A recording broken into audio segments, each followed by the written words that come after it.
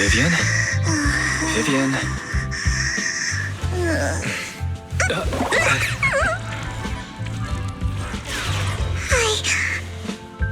I didn't disturb your sleep, did I?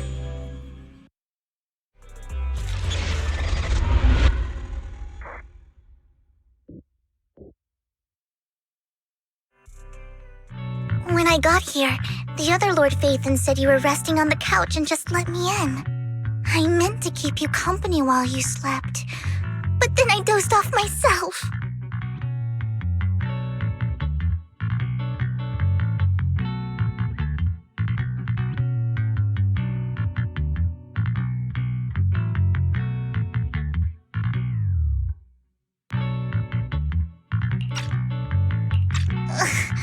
I was going to sit here looking super cute, hands cupping my face.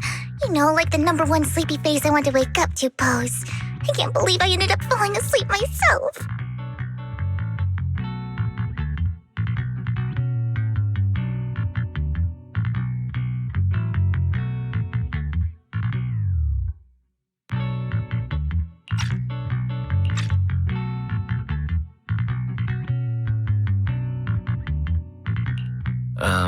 Vivian, are you sure you're awake?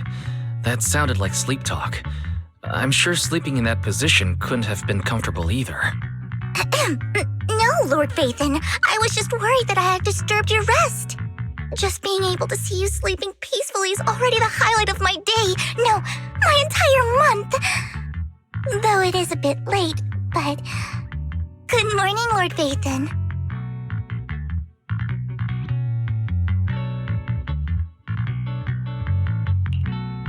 Good morning? Why so formal all of a sudden? Sounds like you're about to make an announcement. Mockingbird's death has stirred up quite the storm. I took some time to gather intel. It seems someone deliberately leaked the story that Hugo is an illegitimate child of the Ravenlock family, but I haven't found the source yet.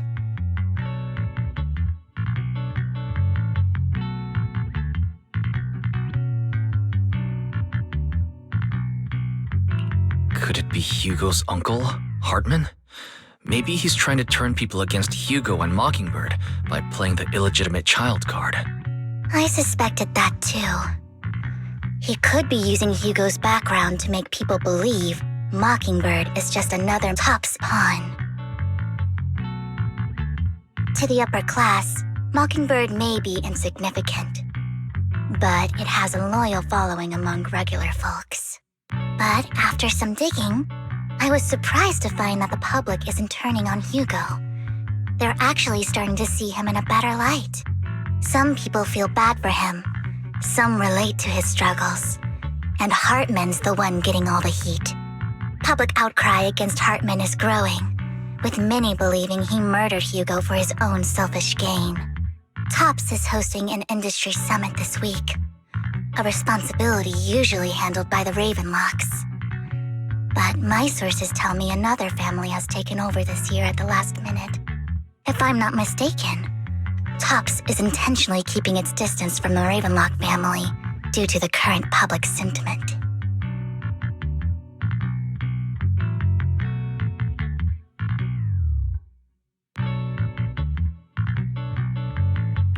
Is someone trying to take advantage of this to get rid of both Hartman and the Ravenlocks?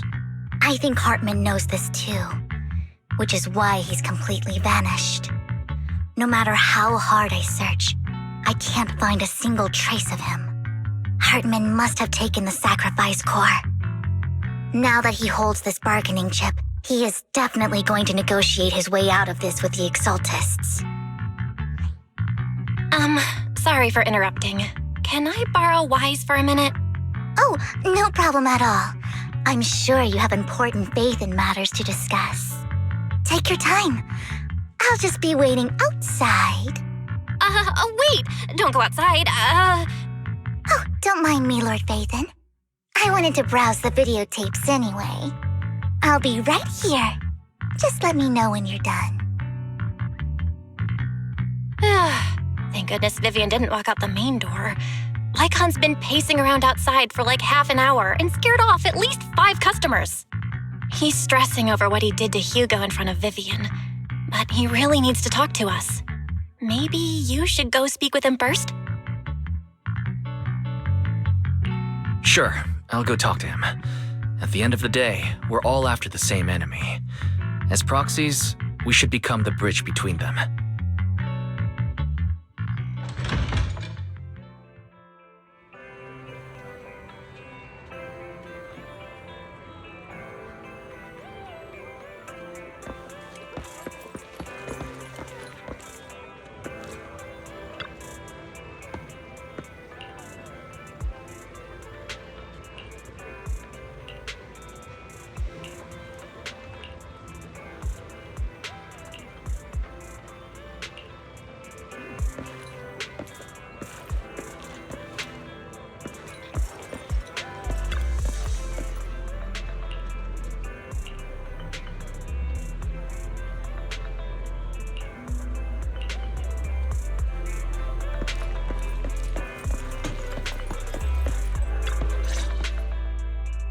Good morning, Master Proxy. Good morning. Belle just let me know you wanted to talk to us and Vivian about something? Yes, it's an urgent request from the mayor, one that directly affects New Eridu's safety. However, before we get into the details, as a former member of Mockingbird, I'm concerned about Miss Vivian. Hugo made many mistakes and betrayed the principles of Mockingbird, but I'm certain he didn't intend to put Miss Vivian or you in danger. I don't know Miss Vivian very well, and I was the one who took her companion's life. I might not be the right person to comfort her, but I hope she doesn't regret the choices she made or lose faith in the path she chose.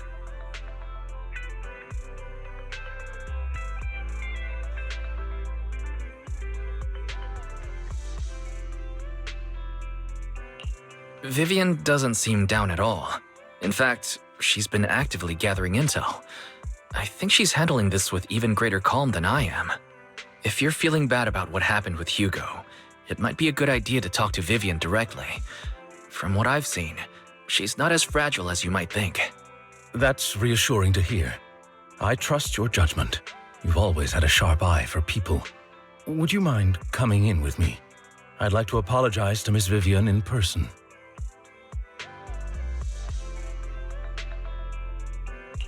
Sure, but just to be clear, I'm staying neutral and not picking sides. You both have your own stance on this. As a proxy, I'll do my best to help facilitate honest communication. I respect that. Thank you.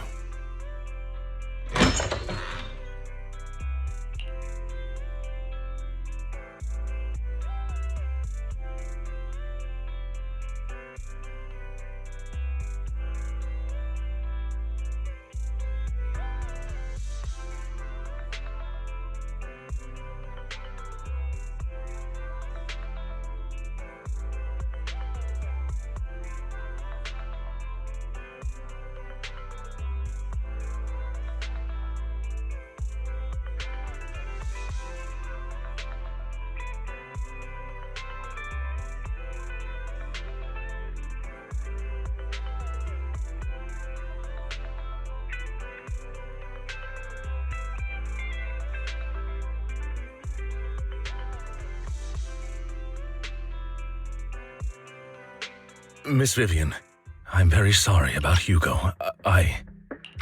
You don't have to explain anything. I'm also part of Mockingbird. Mockingbird stands on more than just gain, so it won't fall when fortunes shift. Hugo had his fixations and ambitions. I also have things I must see through. I'm determined to get to the bottom of the Exaltists and the sacrifices. Miss Vivian, as a former member of Mockingbird, you have my deepest respect. You have my word, whatever comes next. I would never harm you or Master Proxy. As for Hugo, please accept my condolences. Condolences? That's not necessary. Mockingbird has plenty of tricks up its sleeves. This isn't the kind of act that ends so easily. Wouldn't you agree? You're right. I'm glad you guys are on the same page, but why do I feel like I'm being left in the dark? Master Proxy, I believe we all share the same goal. Uncover the truth of the Exaltists and the sacrifices. The Mayor has tasked me with inviting you to take on this mission, and hopes we can work together moving forward. If the Mayor wants to work with us, I trust he will demonstrate his sincerity and kind. Mockingbird will not serve as a pawn for the powerful. That will never change. Of course. While the Mayor cannot handle this personally, he will make sure we have all the intel and support we need. Miss Vivian, I know you have your own intelligence network, but for some high-profile shady dealings, perhaps the Mayor can provide you a different perspective. Please, take your time to discuss. If you're open to collaborating, I'll set up a call with the Mayor so he can speak with you both directly.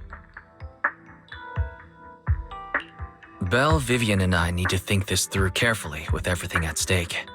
It's not a decision we can make lightly. Of course, I completely understand.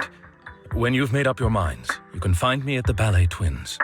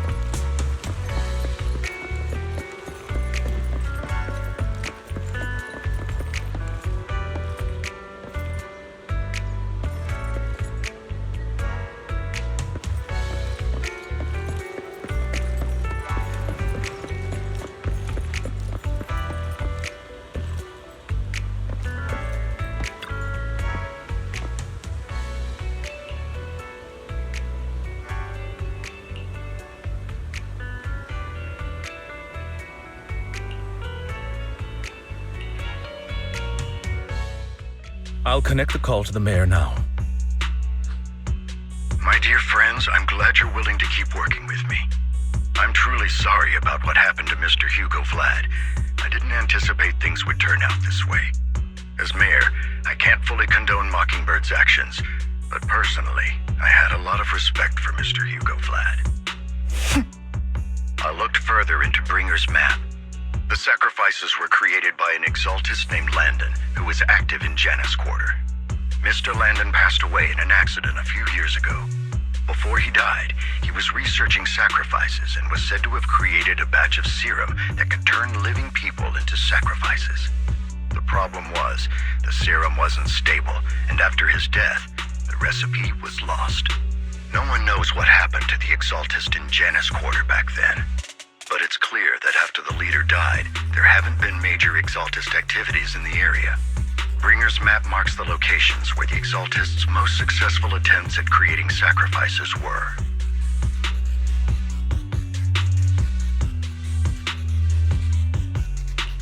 The leader of the Exaltists in Janus Quarter died a few years back, and they haven't been active since. Could it be that Hartman was just acting on his own? Unfortunately, that's not the case.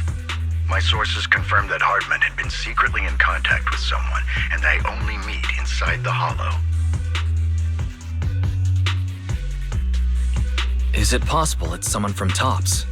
TOPS is a huge alliance of corporations. They wouldn't bother getting their hands dirty. Instead, they just sit back and reap the rewards.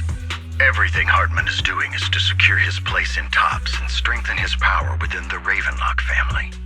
If my guess is correct, Hartman has gotten in touch with the remaining members of the Exaltists that used to follow Landon, helping them create new sacrifices. But what's in it for TOPS? There's no way the Exaltists would just hand over their secrets about sacrifices to Hartman, right? A sacrifice outbreak would throw the city into chaos. And that's when TOPS steps in, taking control of the situation on their terms. The public will see the mayor as incompetent, while TOPS comes off as the real protectors of the city. And when that happens, public trust will shift towards TOPS. And Mr. Mayor, you might find yourself in an unfavorable situation. Still sharp as ever, Miss Vivian. So, what exactly do we stand to gain from partnering with you? Please don't tell me you're doing this out of some noble concern for your citizens. I'm not some hero of justice, and I don't believe in lofty ideals or empty promises. We have a common enemy. While our ideologies may differ, we can work together on this. And as proof of good faith, I may not know exactly where Hartman is, but I can fan the flames over Mockingbird's death and escalate conflicts within the Ravenlock family. So it was you behind the rumors. No wonder I couldn't trace the source of the public outcry. I'm not the one who started the rumors. I just helped them spread faster after they leaked. And I pulled a few strings to make sure the story painted Mr. Hugo Vlad as a heroic figure who was unfairly persecuted. As I said before, I had a lot of respect for him, and I'd be happy to clear his name. Now let me lay out my terms for collaboration. After looking into it, I found that the dormant sacrifice you discovered wasn't the only one. There are more places where sacrifices might be lying dormant. Too many eyes are on me right now, so I can't send my own men to deal with it. I'd like to ask you to retrieve the sacrifices from those locations. I'll make sure to dispose of them once you do, so no one will be able to use them again. On top of that, I've asked a friend to help monitor your physical condition, and maybe even uncover more of your potential. Her research overlaps with your teacher's work. You don't need to worry about her capabilities.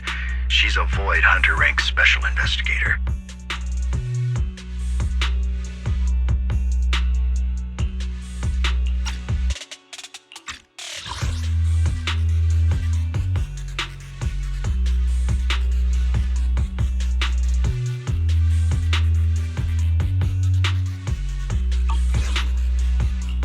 Really? A Void Hunter rank special investigator is going to be assisting us? And she's involved in our teacher's research? That's right. She's heading to Janus Quarter for some business. I wanted to set up a formal meeting, but she declined. She prefers to assess things on her own and will reach out when the time is right. She'll let you know the details then. So it looks like you both are on board with this commission and ready to help recover the sacrifices? Okay. This affects a lot of ordinary people in New Eridu. We'll do our best. I know you won't let me down. Given our positions, we might not be friends, but we're definitely not enemies. I'll leave the rest to you then. I've got to go. Goodbye.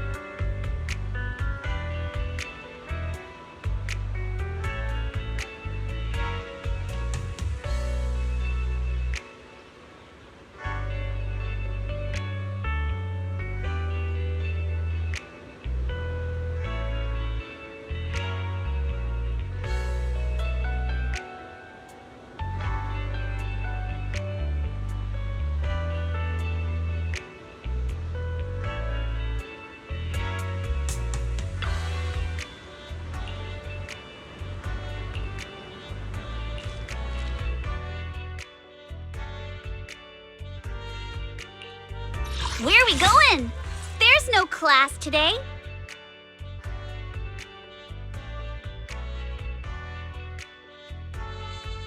You have my complete support. I would never turn down Lord Phaethon.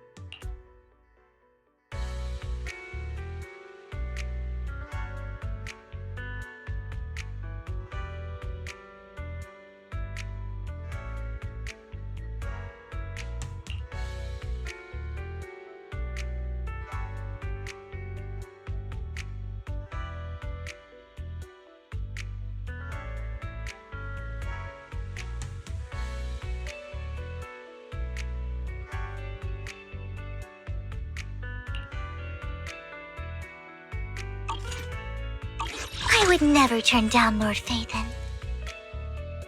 Tsukashiro Yanagi, awaiting orders.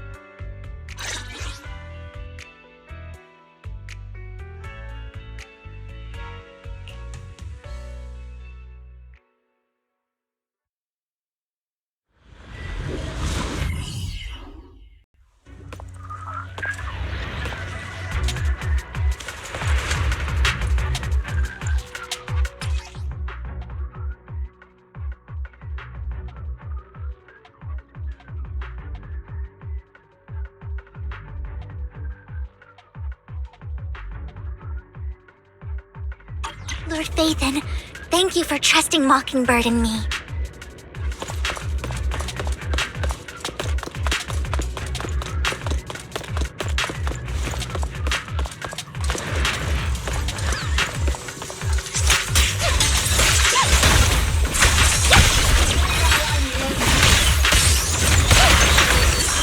Keep your eyes open.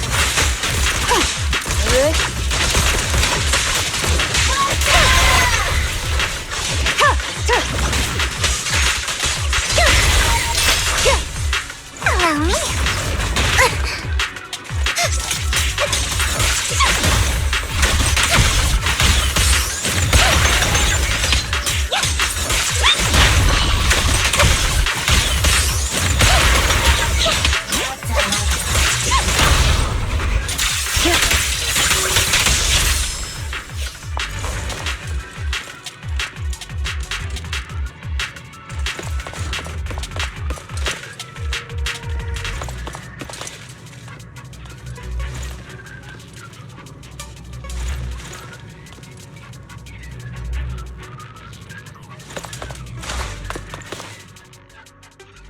Has someone already taken the dormant sacrifice from here? Or did the Exaltus decide to relocate it? No. If these dormant sacrifices aren't handled carefully, they could awaken and turn against anyone nearby.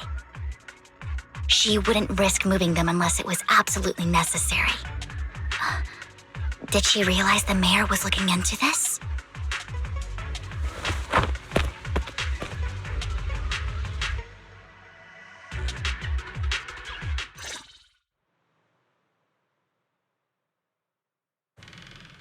Did Hartman just make up this intel to get a shot working with us at Tops? I've been walking around forever and haven't found a thing.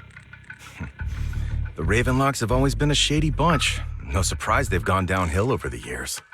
I heard they were pretty loaded back in the day. What kind of business did they run? No clue. On the surface, their businesses seemed legit, but who knows what was happening behind the curtain. Probably something with the sacrifices. I mean, how else would he know about the dormant ones left around here for years? And he was so sure that even if those original sacrifices didn't work out, he had a backup plan. Backup plan? What could that be? Well, that's beyond me. I just happened to overhear something while I was next to Mr. Edmund one day. What's Tops planning to do with all these sacrifices, huh? For research? Do you think we'll ever have a normal life in the Hollows? Don't ask questions you shouldn't be asking. All right. There's nothing here anyway. Let's leave the Hollow and report back on what we found. And we'll make it just in time to clock out for the fieldwork shift. Let's get out of here first.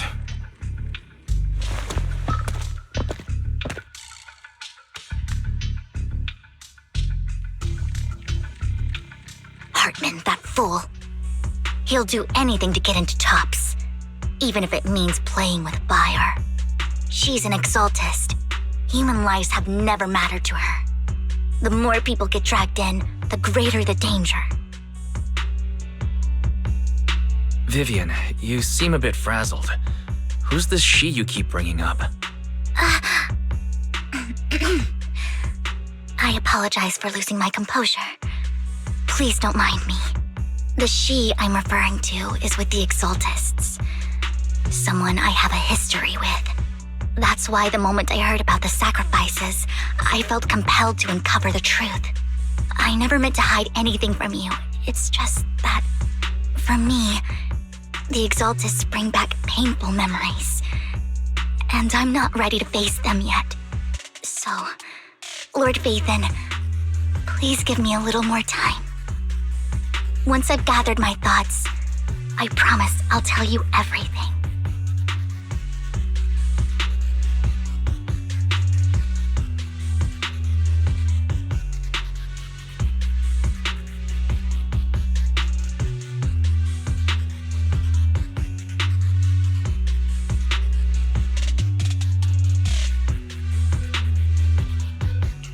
Sure, I'll stop asking.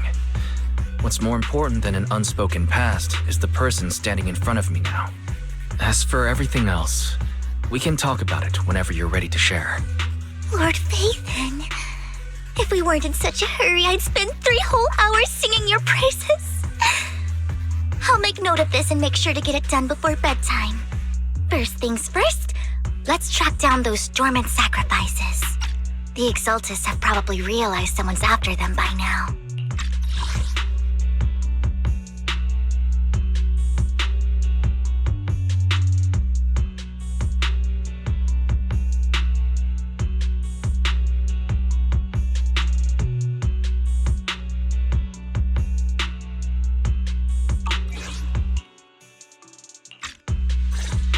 I wish we knew what Hartman's backup plan is. Do you? I just can't shake the feeling that something bad is about to happen.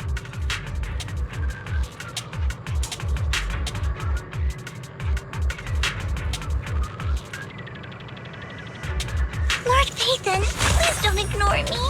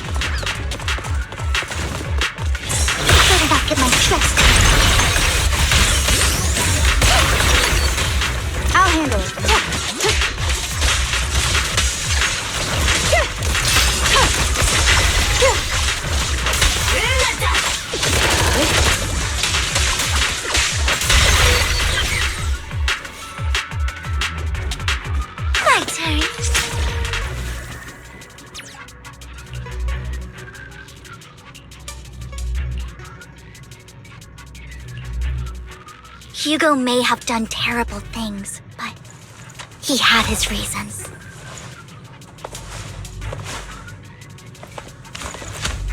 Mockingbird might be seen as the bad guys by a lot of people, but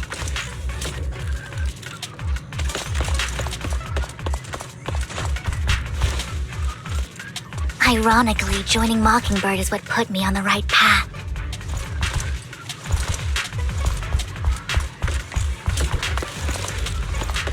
For the first time, I'm needed for more than just my curse.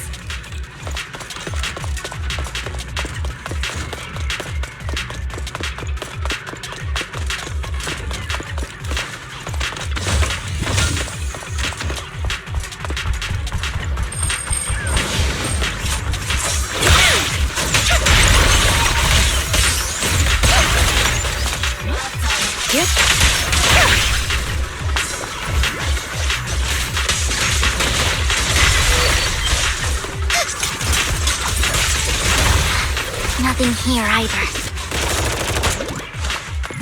Are we too late?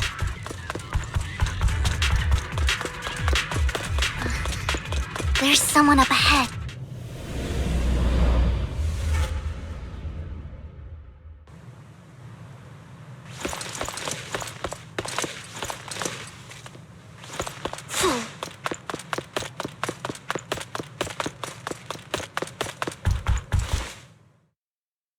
I knew it was you, Vivian. Camille, what are you doing here, sis? Are you destroying the dormant sacrifice? Vivian, don't call me sis. I'm not your sister. Are you trying to stop the Exaltists? I never left the Exaltists. You know what Landon did back then. Lord Landon did it for the Creator. His methods may have been extreme, but they were necessary. Back then, you walked away. You should do the same now. We didn't meet today. Take your friends and leave. What's wrong? Are you being forced into this? I can help you. Help me? Like how you helped her? Vivian, you're crying.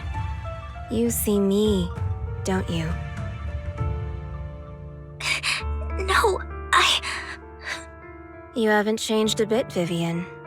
No need to hide your tears. I know exactly what's ahead for me. You've made your choice, and I've made mine. One last piece of advice. Stay out of this. She loathes you. I won't tell her we met today. Don't show yourself around us again. Camille!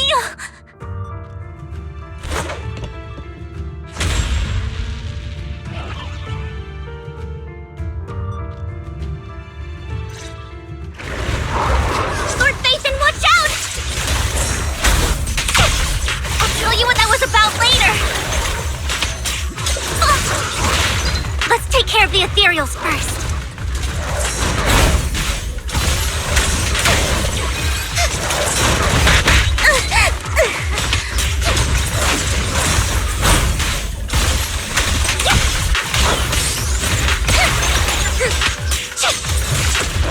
Roger. Leave it to me.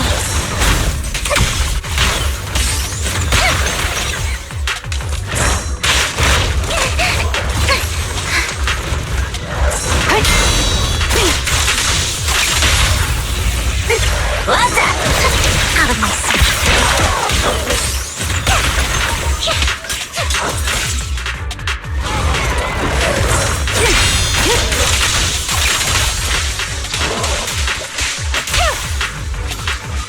Waste of time.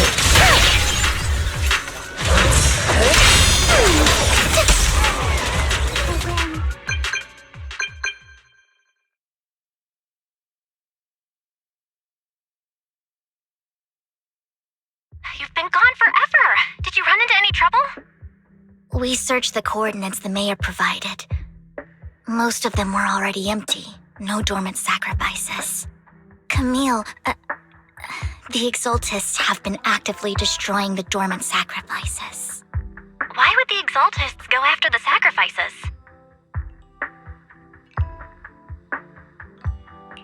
I saw it too, but I can't figure out why the Exaltist would do this. And one of them is someone I once knew. I thought she would leave the Exaltists after Landon's death, but she stayed. Wait, what did I miss? Why do you know so much about the Exaltists, Vivian? When I was a child, I stayed with the Exaltists for a while. Back then, Landon was one of the most respected figures among the Exaltists in this region. A lot happened, and after Landon died, I left. I can't turn a blind eye to the sacrifices. I know all too well how many lives have been lost bringing them into existence. Ever since I learned a sacrifice had appeared in Janus Quarter, I haven't been able to stop worrying. I won't let history repeat itself. That's why I asked Hugo to investigate, starting with the Sacrifice Corps. Vivian. Please stop. I'm not looking for comfort. I'm just recounting the story for you to understand the situation. We've got bigger things to focus on. But when I do need comforting, I'll come straight to you. I hope you'll make time for me, Lord Vathan. Just so you know, I'm not the easiest to console.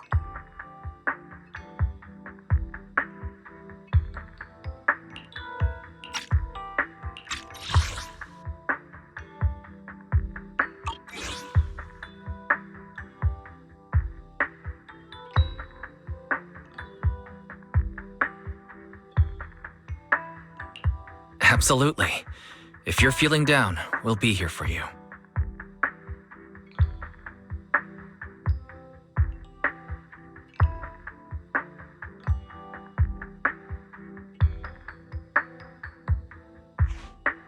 Okay, back to the matter at hand.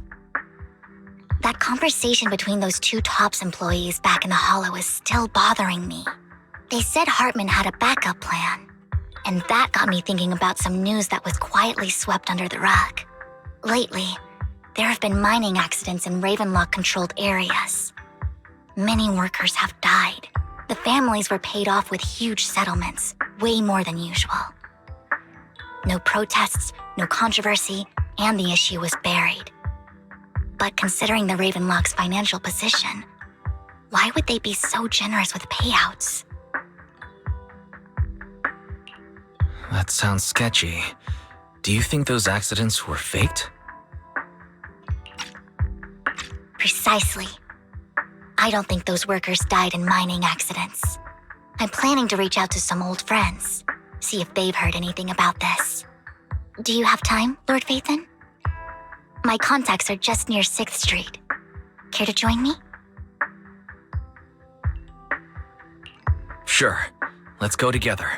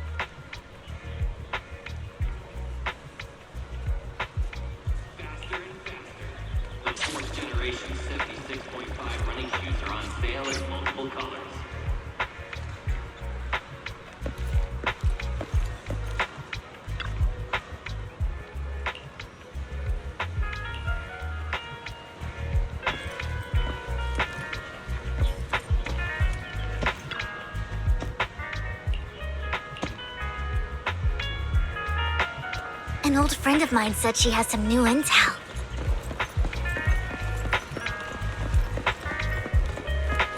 She's like a mentor to me. I learned a lot about data scraping on the internet thanks to her.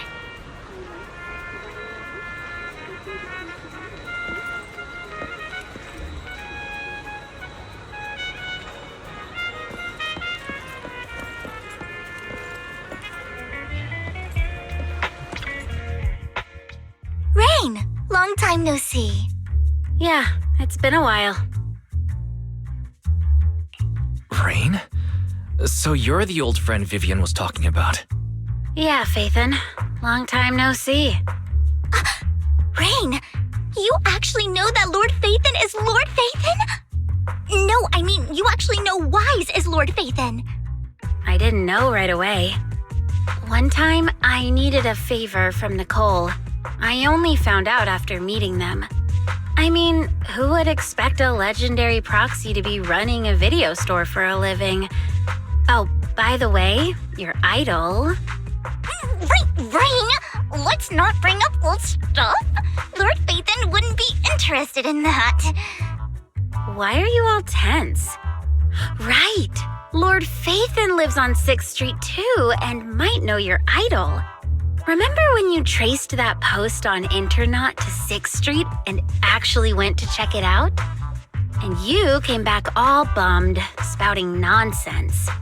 Like there was only a black cat at the location, and maybe your idol is actually a talking cat.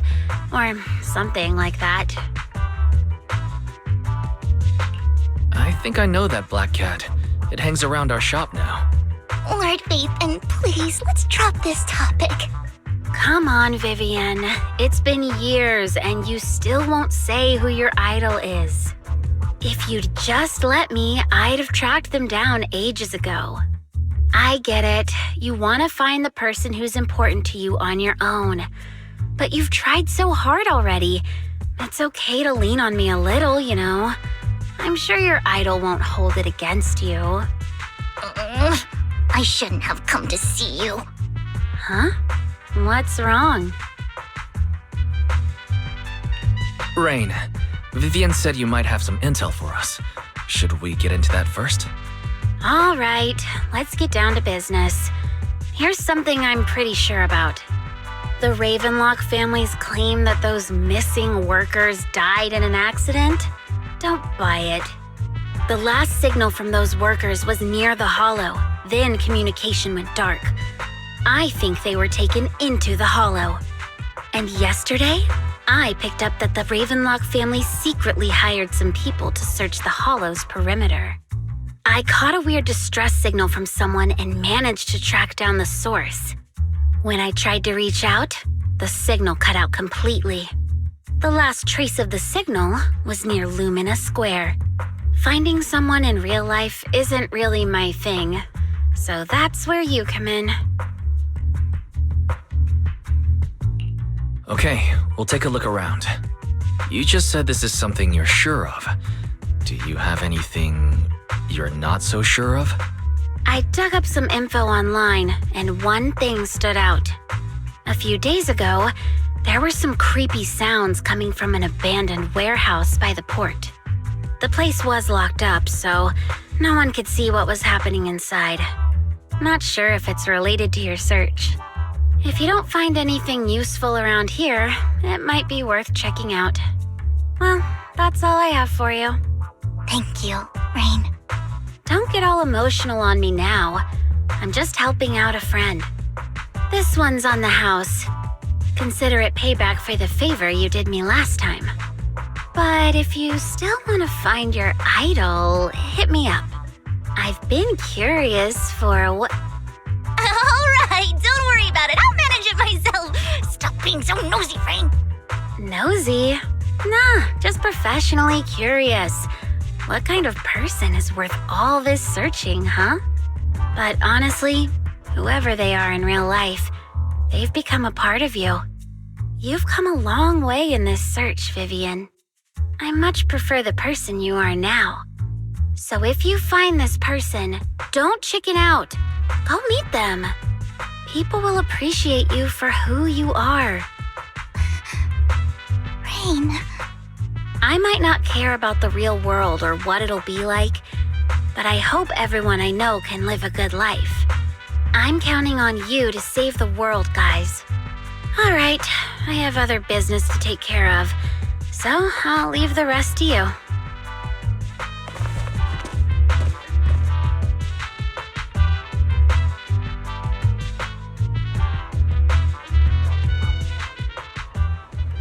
Lord Phaethon, please pay no mind to what Rain said.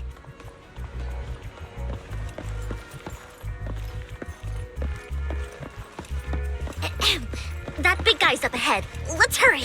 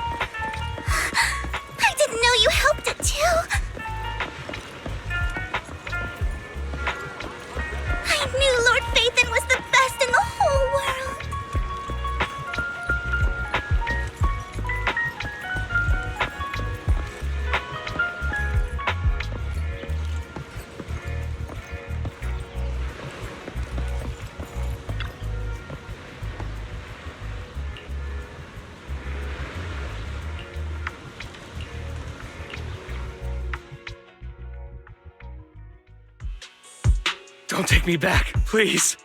I was wrong. I know I messed up. I don't want your money anymore. Please, no. Calm down. Who are you? I won't say anything. Just let me go.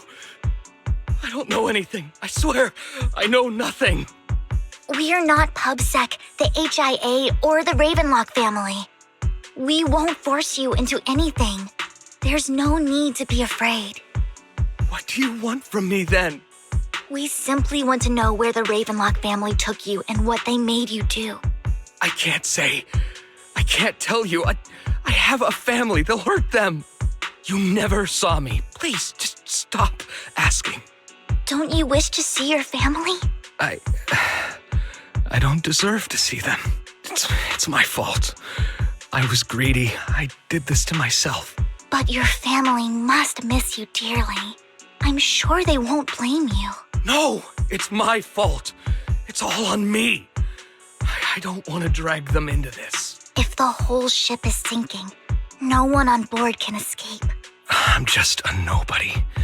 And right now, there's nothing I can do to change anything. If you care about your family and friends, now is your chance to stop the disaster before it's too late. Even a butterfly flapping its wings can send a tsunami surging across the ocean. No one knows how this will turn out. But if you do nothing now, the only thing waiting for you at the end will be regret. We're not here to turn you in, and we won't force you to confront them. You'll be safe with us. I'll help you return to your family. But you must tell us precisely what happened. Hartman offered a huge amount of money, looking for workers to go into the hollow to guard something. The money was way too good. We all kind of figured something wasn't right. I thought it was just smuggling or guarding some kind of illegal ether resources, so I signed up. After we sent in our applications, Hartman's men took us into the hollow. The first place we went, there was a strange box. When we got there, they handed us some pills, saying they'd improve our aptitude for ether, for us to last longer in the hollow. But after I took them, everything went fuzzy. Something was definitely off about those pills. When I woke up, I saw my coworkers dead in front of me. And there was blood all over my hands. They said something about me being a good experiment, moved me somewhere else, and locked me up. They wanted to inject me with something. I got scared and didn't know what was gonna happen. But then a blonde guy found me, gave me a carrot, and let me go. So I escaped. I didn't want to kill anyone. I don't know. It wasn't your fault that your coworkers died. You were just a tool in their hands. Do you remember the place they first took you? Do you know what was in that box? I only remember the first place was like a rooftop. I think it was on top of a tall building. What exactly was in that box? I'm not lying. Those pills they gave us, they make you hallucinate. I took just one and my mind felt like it wasn't my own. My memories turned into a blur. I'm telling the truth. I'm not trying to run from my mistakes. I just really can't remember what happened. I know you're not lying. We'll arrange for your protection. You can rest easy and recover, and your family won't be dragged into this. Once this is all over, you will be able to reunite with them.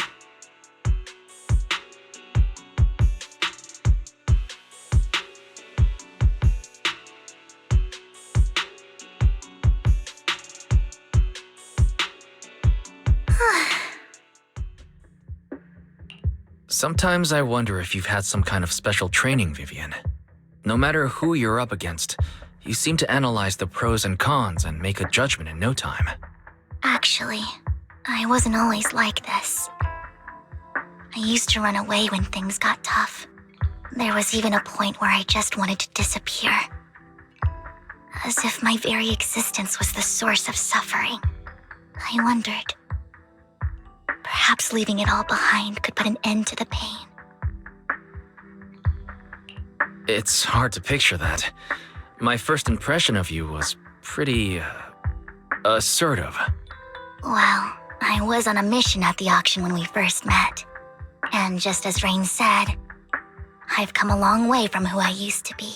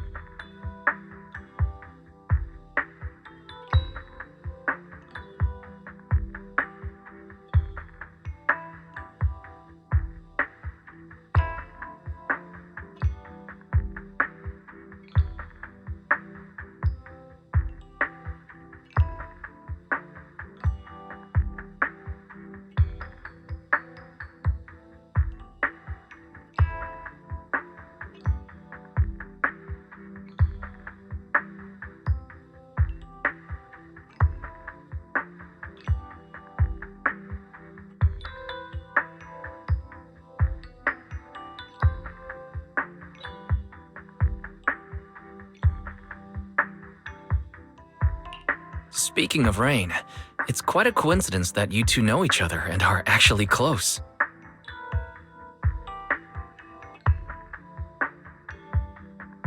You even know one Denny Boo. That surprised me. We might have crossed paths without even realizing it. Enough about me. Tell me more about you, Lord Phaethon. Where have you been, and what have you experienced? Looking back, it feels like I've been through a lot lately. Belle and I even lost our Phaethon account. It's a long story, starting with how the Cunning Hares took something from the Red Fang gang.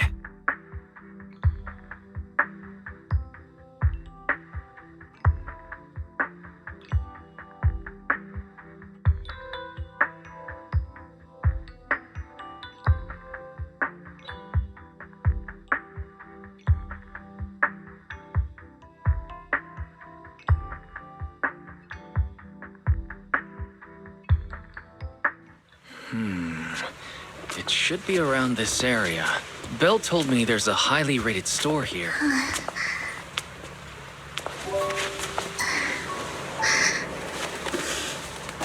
Lord Phaethon! What's wrong? I've seen that black cat on 6th Street. That harmonica in the outer ring you mentioned. I've heard it before, too.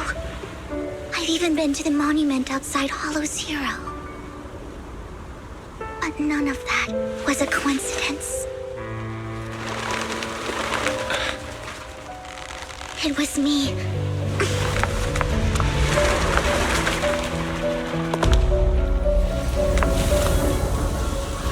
Following you, and now I've finally made it to your side. Ever since I was little, I had been seen as the bringer of bad fortune.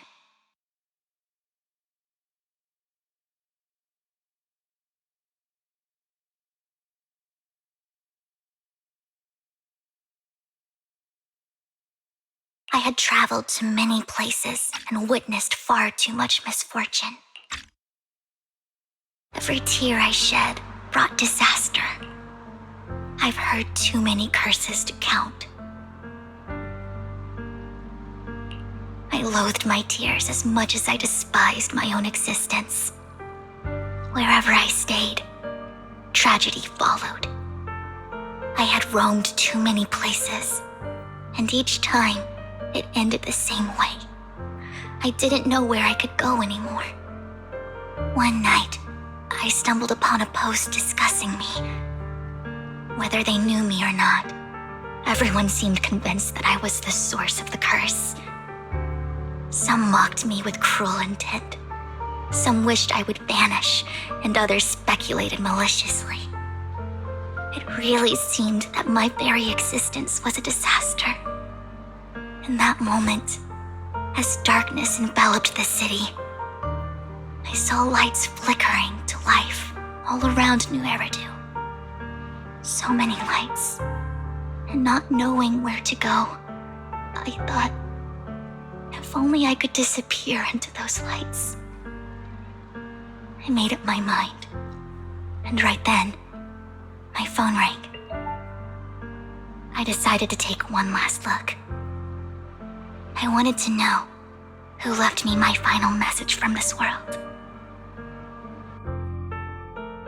It was you, Lord Phaethon. Huh? Me?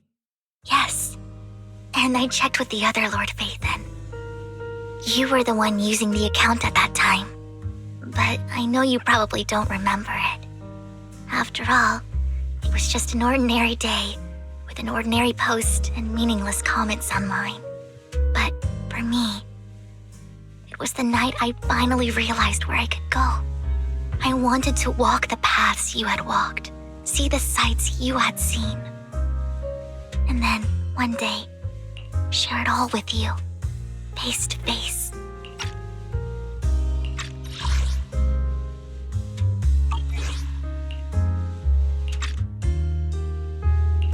So, I have to ask, what exactly did I say in that reply? Well, You'll have to figure it out for yourself. I'm not telling you.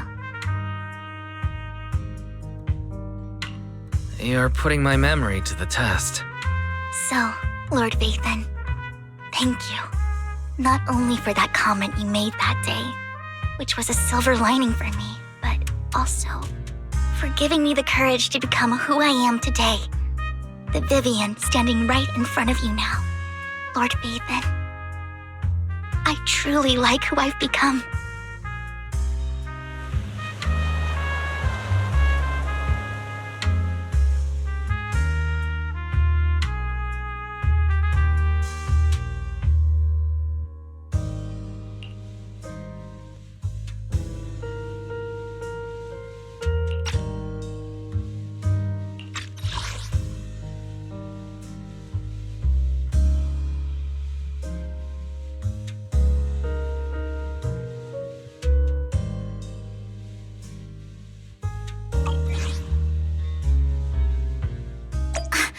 Lycon just sent a message. There's an update.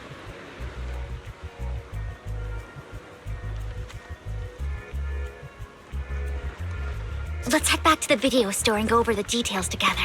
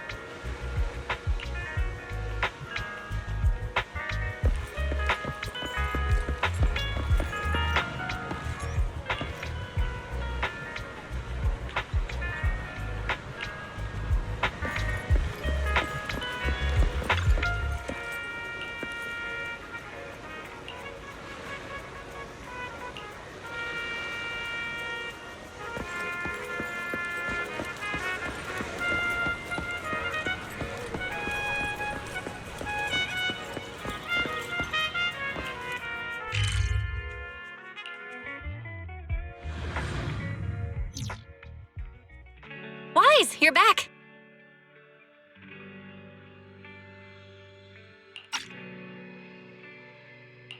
Looks like Lycon's tied up with something. He said I should just chill until you're back, and then we can talk online. I'll call him now. Master Proxy, Miss Vivian. The gentleman Rena brought back has stabilized and calmed down now. Based on his account, we've identified where Hartman is hiding the core. He also mentioned that Hartman plans to trade the core with a group of people. We suspect that this group consists of members from the Exaltists. I knew it.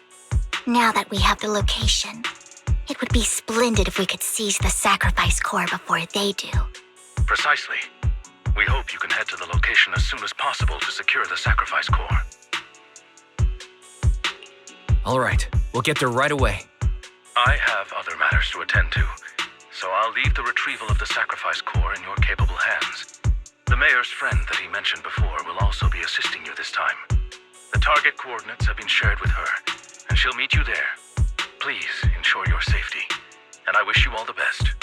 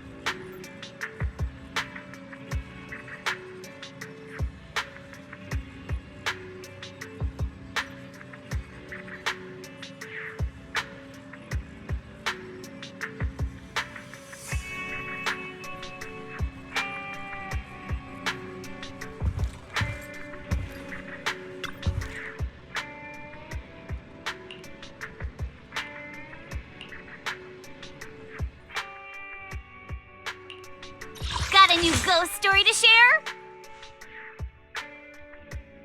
Tsukashiro Yanagi, awaiting orders.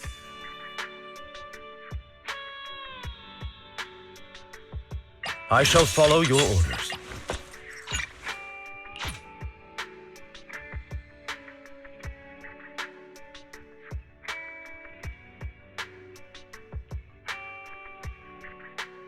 You have my complete support.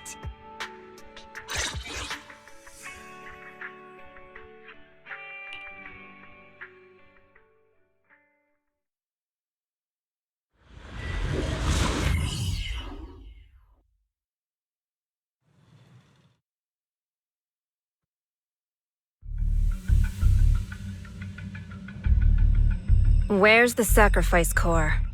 Camille, you really think I'd stroll around with something this important? Plus, even though the Ravenlocks and the Exaltus have been working together for ages, I've hardly even met Lady Dina. I'm the one offering the sacrifice core here. I'm curious what Lady Dina's got lined up for me in return? I'm just here to verify that the core you mentioned is real. Once that's sorted, Lady Dina will give you a proper response. Our partnership isn't just talk. We need to be sure you have what we need before moving forward. Sure thing. I'll take you to where I keep the core. Once you verify it's legit, have Lady Dina come over. We'll lay everything on the table face to face. All right, lead the way. It seems Hartman is trying to bargain for more. What a greedy and insatiable man.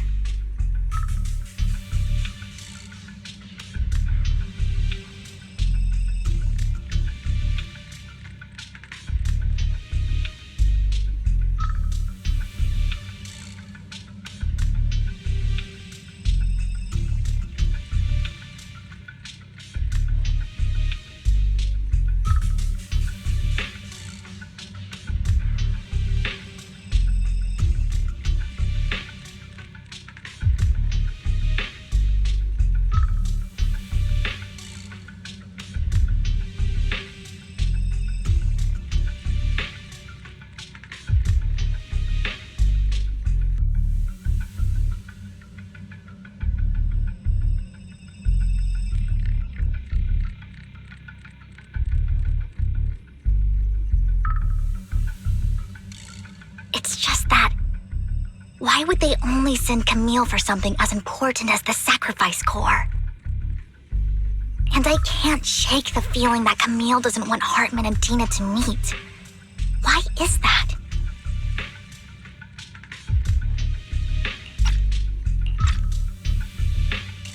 So this Dina they were talking about, is she the leader of the Exaltists? Kind of. Lord Vathan, I really think we should hurry. We must get to where Hartman keeps the core before anyone else does.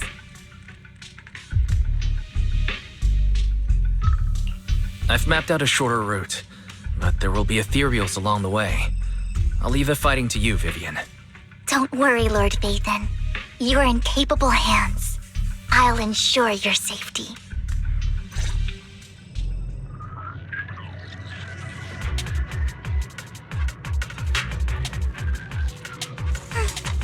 Weather's nice now that the rain clouds have been chased off.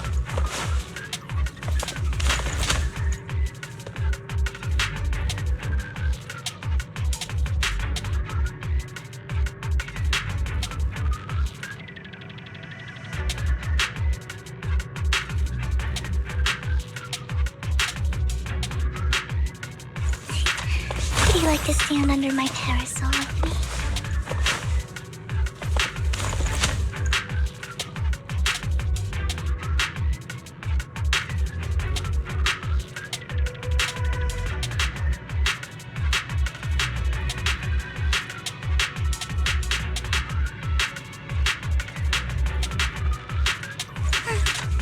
Weather's nice now that the rain clouds have been chased off.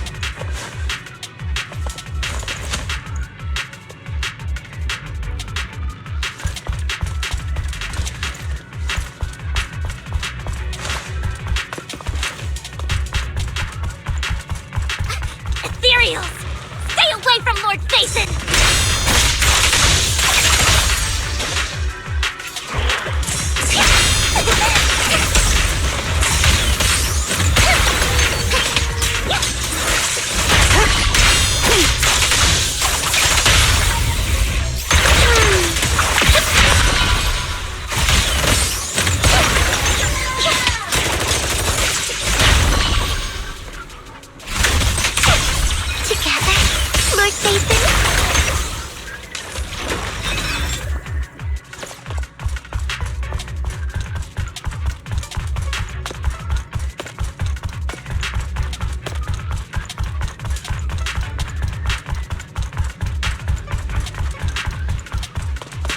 Looks like Hartman's trying to negotiate for more leverage.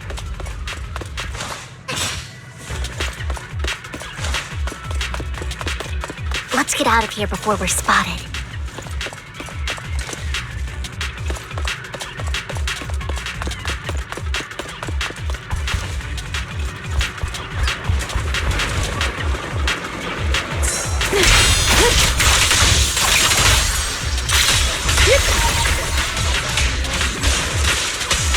Let's keep moving, Lord Phaethon.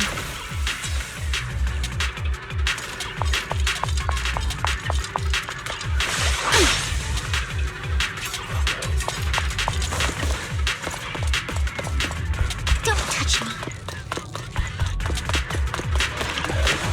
Leave the enemies to me, Lord Phaethon.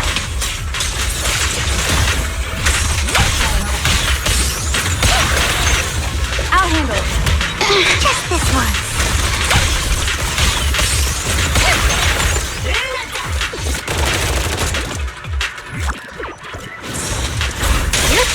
Simple.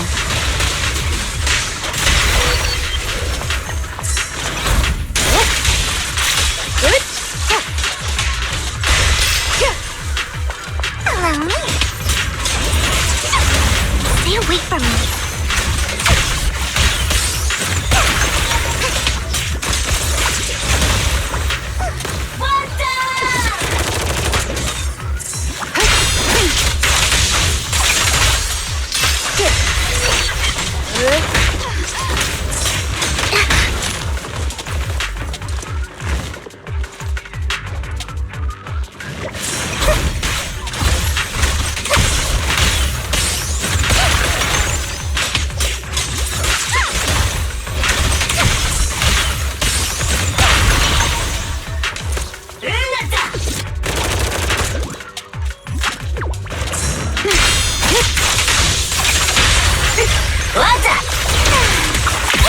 They're still over there. Looks like they're arguing.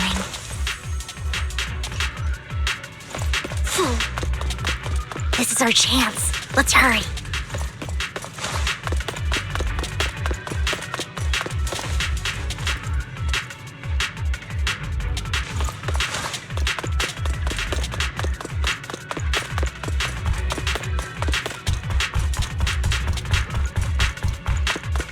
No matter who has the sacrifice core, Hartman or the Exaltists, it would be really dangerous.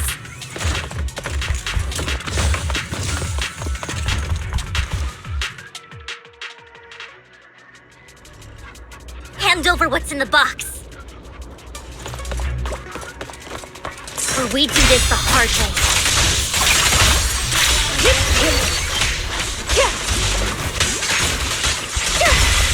You sure talk big, little girl. Let's see if you can get past me first.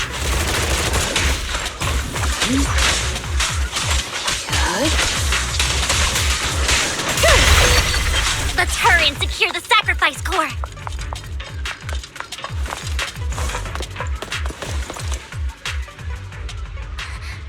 Lord Phaethon, the box is empty. So Hartman never kept the core here to begin with? How did you even find your way here? Where's the core in the box? What did you do with it? You call this keeping the sacrifice core safe?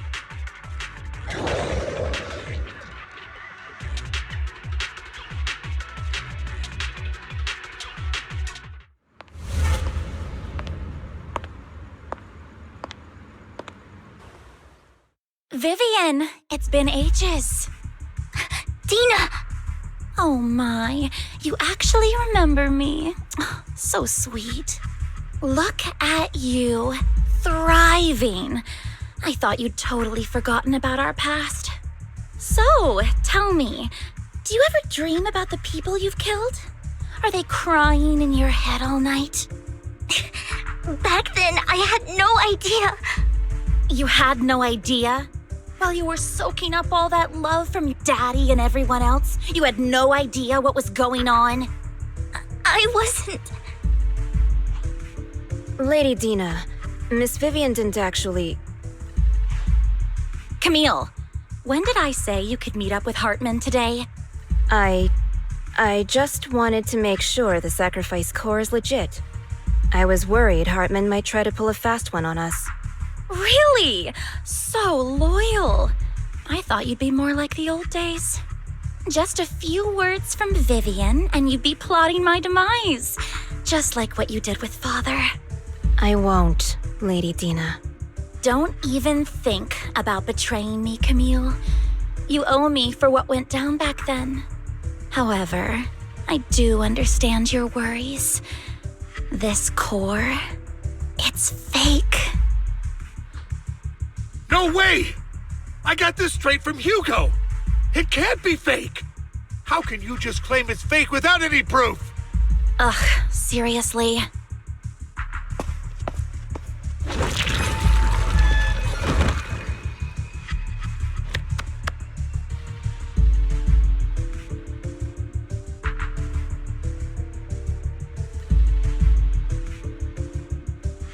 The sacrifice core can max out the ether particles within human bodies in no time at all. But look at your little subordinate. How uncouth. He's making noises like some animal. Can you shut him up? So annoying. The masterpiece Father made for the Creator isn't this worthless piece of junk you're holding. So, the real core. Vivian, where do you think the sacrifice core is really at?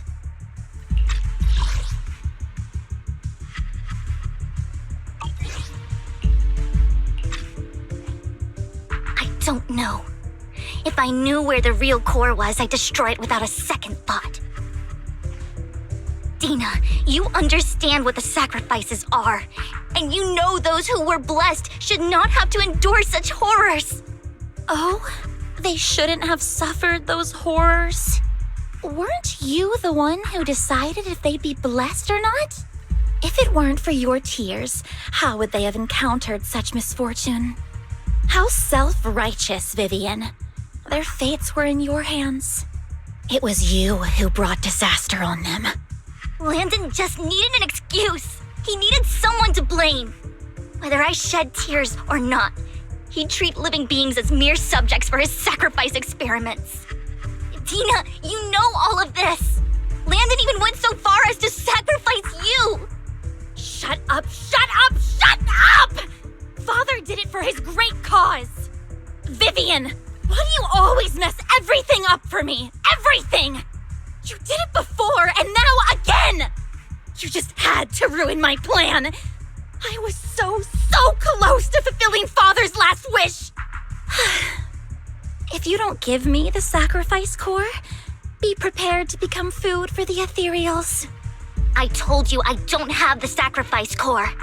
Otherwise, I would have destroyed it already. Lord Phaethon, find the right moment to retreat. She can be quite unpredictable when her temper flares. Oh, really? You don't have it? Then I suppose there isn't a reason to keep you alive.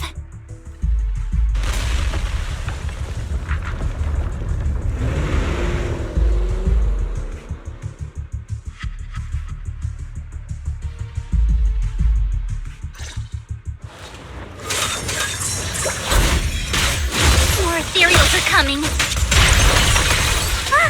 Lord Phaethon just... Who dares get between me and Lord Phaethon? Keep your filthy hands off. Secure the perimeter. There are too many. There's no chance to get out of this. There it is.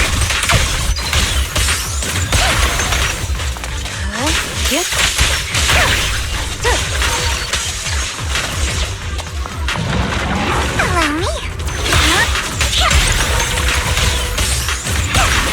Roger. Waste of time.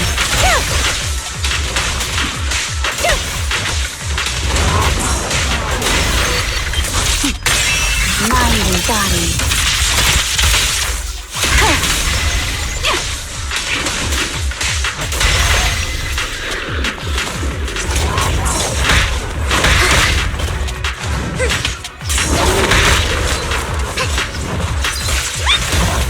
Spread it out.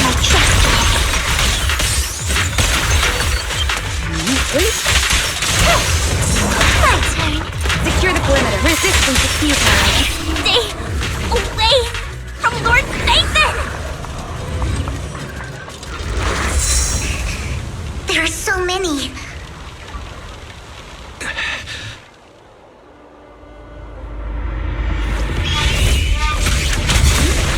It's ink?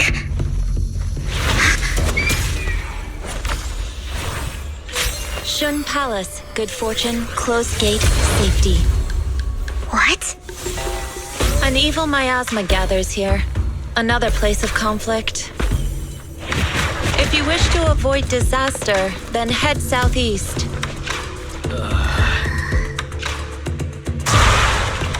Now! Thank you.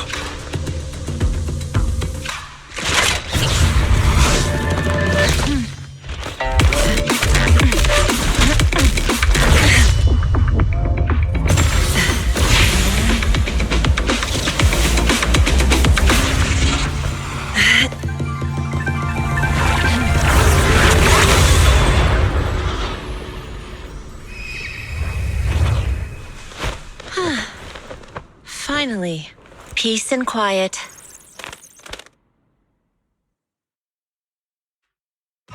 You must be wise, right?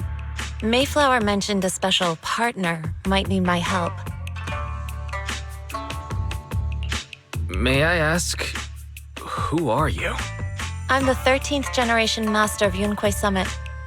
You can call me Yixuan. Mayflower passed along your info, and I was curious what kind of person you are, so I came to see. At first, I thought it might be a hassle, but your energy feels really calming. Quite nice, actually.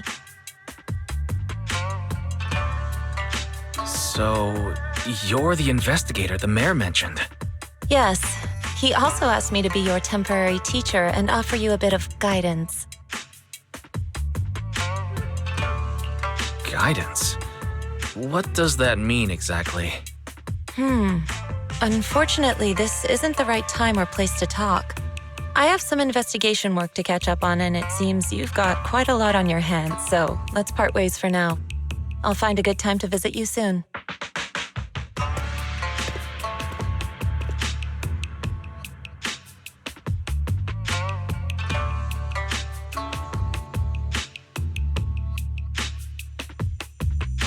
I'm so sorry, Lord Vathan.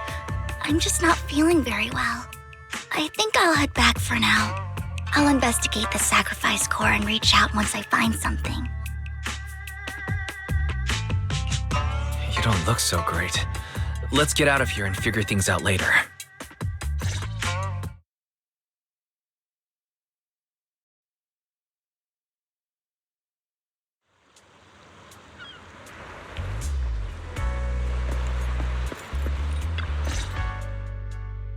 Lord Vathan, are you going to rest now?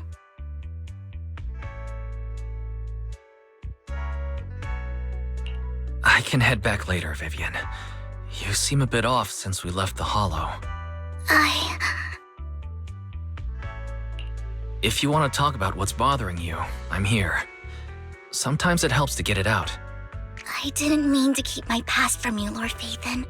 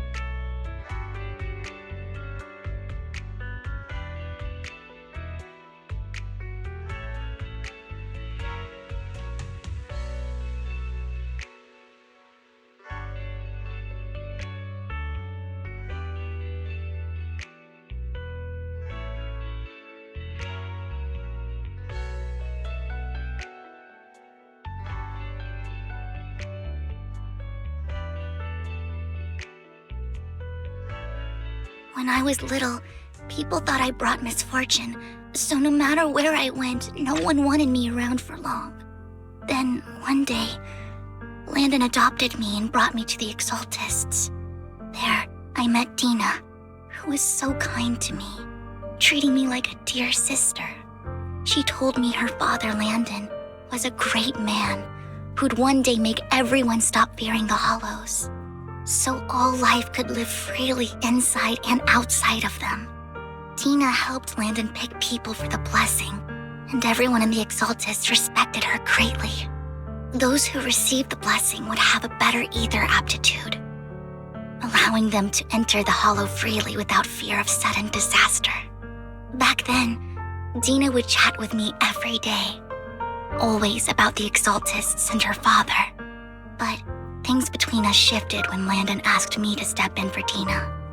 Landon told me I didn't only bring misfortune, and that if I listened to him, I could actually help people.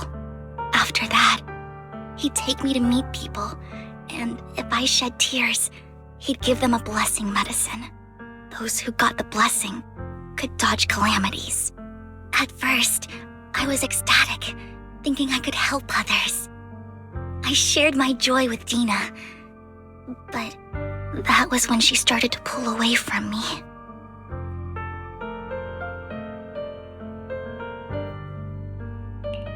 Was that blessing medicine the same sacrifice serum Bringer had?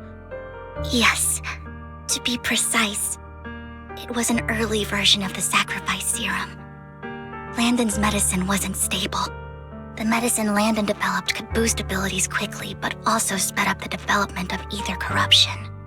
In the end, most people turned into ethereals, and a few became sacrifices, losing all human consciousness.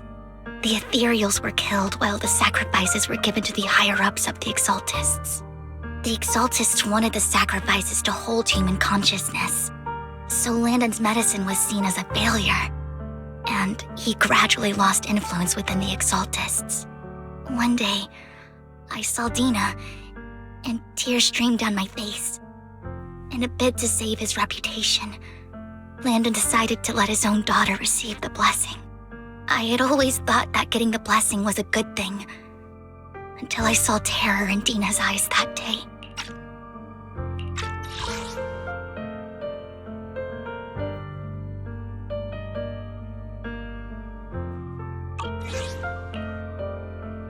That evening, I broke Landon's rules for the first time and followed him out of the Exaltist's residence. I trailed him to the Hollow, where I witnessed someone who had been blessed becoming corrupted. In the end, that person became an ethereal.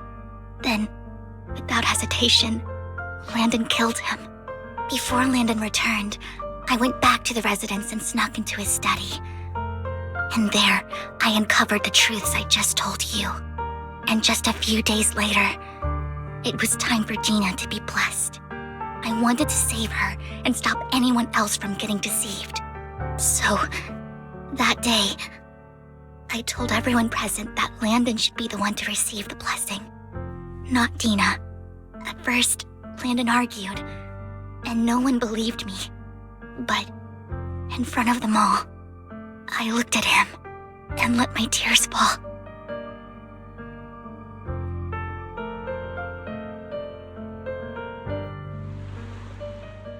Lord Landon, please accept the blessing. Vivian, you... Why won't you accept the blessing? Were you lying to us? Ungrateful fools! You have no use anymore! Liar! Run! Run! Dina! Dina, wake up! We have to go! Vivian? What's happening? Listen to me! Lord Landon's so-called blessing isn't...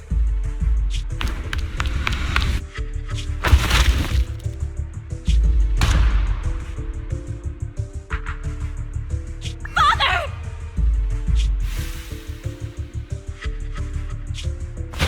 No, I was just...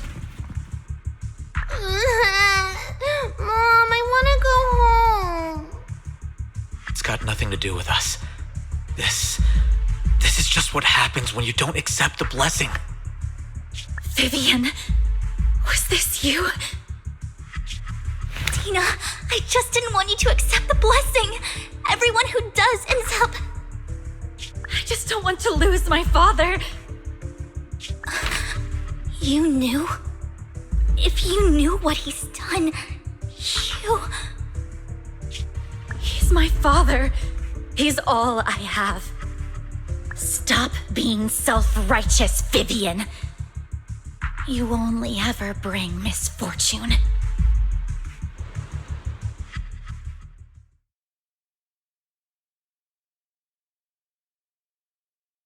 I thought once Landon was gone, Dina would leave the Exaltists. I never expected her to continue his research, or that Camille would stay. Camille lost her entire family in a hollow disaster, so she's always supported the Exaltists. She's not a bad person. She's just someone searching for hope. She joined the Exaltists very early on, and even watched Dina grow up.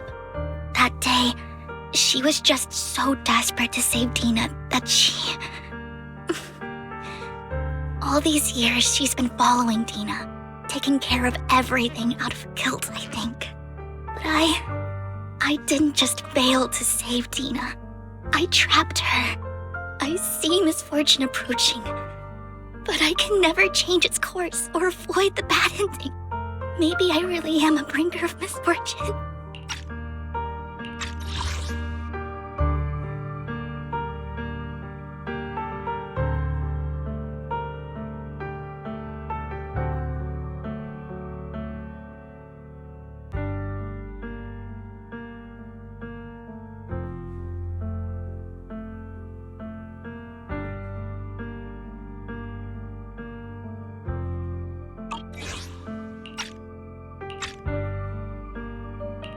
No, you're not the one causing trouble. Whatever went down with the Exaltist, it was Landon who was pulling the strings. As for Dina and Camille, they knew the truth and they made their choice. The hollows and the disasters they caused took more than just their loved ones. Not all survivors cling to obsession and hatred like those two do. Lord Vathan. You need to believe in yourself, Vivian. From what I can see, you're handling this sacrifice crisis pretty well on your own. Besides, you told me you really like who you've become. I hope that you can believe in that at the very least. Yes, that'll always be true. Thank you for listening to my story today. Years have gone by, but I've never had the courage to face all this. Maybe Dina and I were meant to meet today, so I could finally spill it all out. It lightens my heart a little. Lord Vathan, you truly are a wonderful listener. Not just today. Whenever you're feeling down, know that I'm here for you. I will. It's been such a long day. You must be exhausted. I'll track down the location of the sacrifice core and let you know what I find. Good night, Lord Vathan.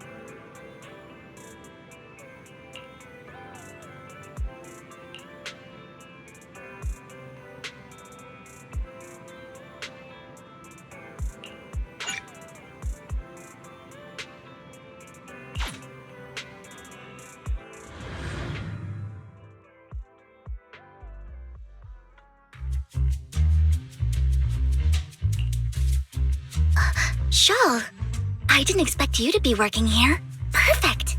I was just covering someone's shift. The screening here is super strict, and I was afraid the supervisor would realize I was new and subbing for someone, so I hid in the control room during the supervisor's inspection. So I happened to bump into this guy, a blonde man wearing a hat, and I think he was checking some footage. Then he logged that footage into the tape he brought. Later, I found that part of the footage had been wiped. Blonde, wearing a hat. Could it be Hugo? Do you know him? I think it's him. If it were Hugo... I think I know where he would hide the tape. Thank you, Shaw. You were a big help. Great! You also helped me a lot when I started working. I used to make mistakes all the time.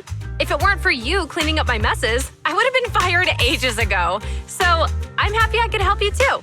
All right, go ahead and do what you need to do. We'll catch up another time.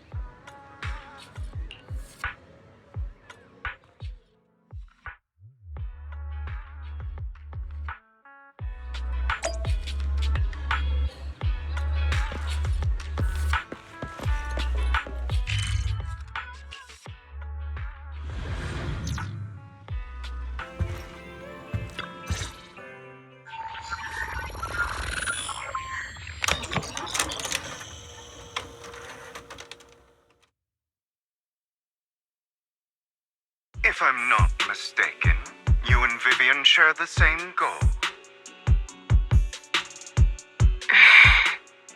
Silence is no good for negotiation. I just don't want Dina to reach a point of no return. Hasn't she already reached that point with what she's doing? The formula for the Landon serum was lost, but a batch survived. And Dina was able to develop a substance that can be used for mind control. She's trying to combine the two to make sacrifices that would obey human commands. If the dormant sacrifice and the remaining Landon serum are destroyed, we can put an end to this. Dina's concoction can't create sacrifices on its own. And the sacrifice core? That belongs to the creator, not her. Although I find Landon's methods despicable, I can't deny that the Exaltists and the creator are leading us in the right direction. I just don't want Dina to spend her life trapped by her father's mistakes. I mean, no offense, but I find your protectiveness rather weird.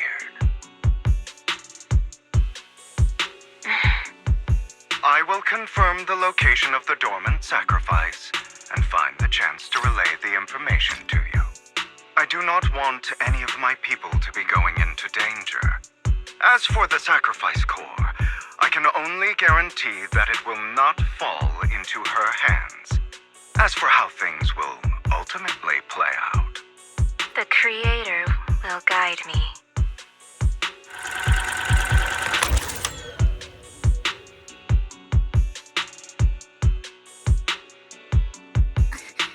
Camille was actually destroying the dormant sacrifice?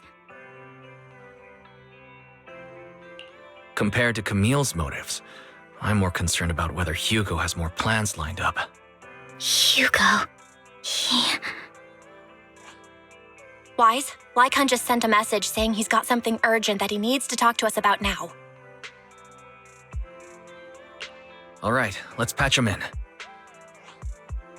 Master Proxy, I apologize for disturbing you. We have just learned that the Ravenlock family will host a banquet tonight. This banquet is rather special, as they're allowing members of their family to invite business partners to attend. With Hartman at the center of controversy, there are many members of the family who are eager to use this opportunity to replace him. The mayor has been spreading rumors of a young tycoon who inherited a sizable fortune and is looking to partner with a person from an old and influential family. This information has lured a young man named Burton from the Ravenlock family. So, you want me to pose as this tycoon and use Burton to infiltrate the banquet? Correct. And Hartman's study is also located within the venue. I see. Hartman's study might hold valuable information. It seems like there's nothing left for me to do. You can attend as her +1. +1? Lord Phaethon, please go with me! Master Proxy, it seems Miss Vivian requires your presence, so... Yes, just your presence will help me immensely! Sure. If we go together, we'll be able to keep an eye out for each other. I'll accompany Vivian. I'll send you the time and place for the meeting with Burton. If you encounter any danger, please evacuate immediately or contact me for backup. I hope everything goes well for you tonight.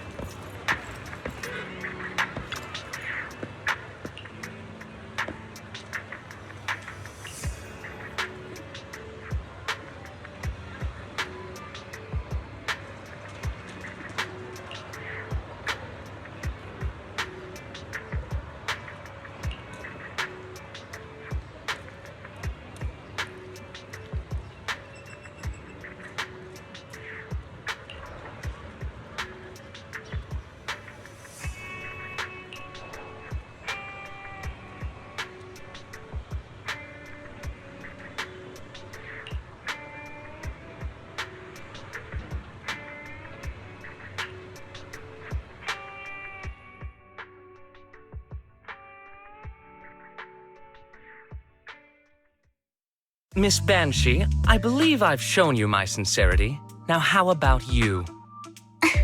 Sincerity? My presence here is a show of sincerity. If we're to work together, Miss Banshee, you should drop your pretentious act. I am well aware of the ways of the Ravenlock family. If I were to come empty-handed, I probably wouldn't even be able to make it out the front door tonight.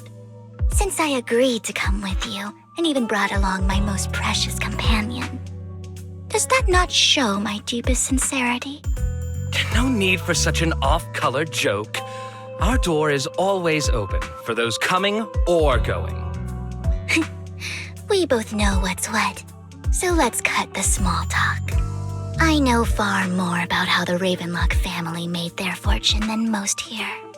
I am also well aware of why Hartman, despite such a massive scandal, still remains in power. Oh? Do tell. Exaltists, blessing, sacrifice, Landon. Where would you like me to start? How did you know that? No, who are you? Don't be so tense. If I'm not mistaken, it's about time the banquet began. My companion and I are practically famished. Is this how you treat your guests? By letting them starve? Perhaps when we've had our fill, we'll remember where the sacrifice is hidden. You know where the sacrifice is? So, can we go get something to eat now? And I'm also looking forward to receiving a special dessert from you. We can discuss what you wish to know while we enjoy dessert. Of course. I wouldn't let such an important guest discuss matters on an empty stomach. As for dessert, I will prepare it myself, and I guarantee it will satisfy you. I'll come find you later. I wish you a pleasant evening.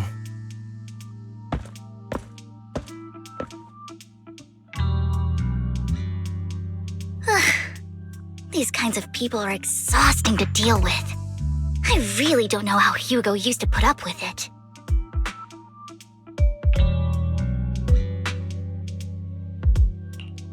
You always managed to surprise me. You sent him off with just a few words. If I were him, I'd think you were a powerful noble lady. It's just some techniques Hugo taught me. Like that dessert I mentioned. It means I want them to offer more if they want to come to an accord. Fortunately, that old fox Hartman is terrified of losing power. He's definitely keeping the destruction of the sacrifice and the fact that the sacrifice core is fake hidden from the other family members. Otherwise, Burden wouldn't have been so willing to raise his offer. Lord Phaethon, let's find Hartman's study when the banquet is at its busiest. All right. I've already taken note of the surrounding terrain. Once more people arrive, we'll enter the garden through the door in the corner of the banquet hall. Wherever you go, I'll follow, Lord Phaethon.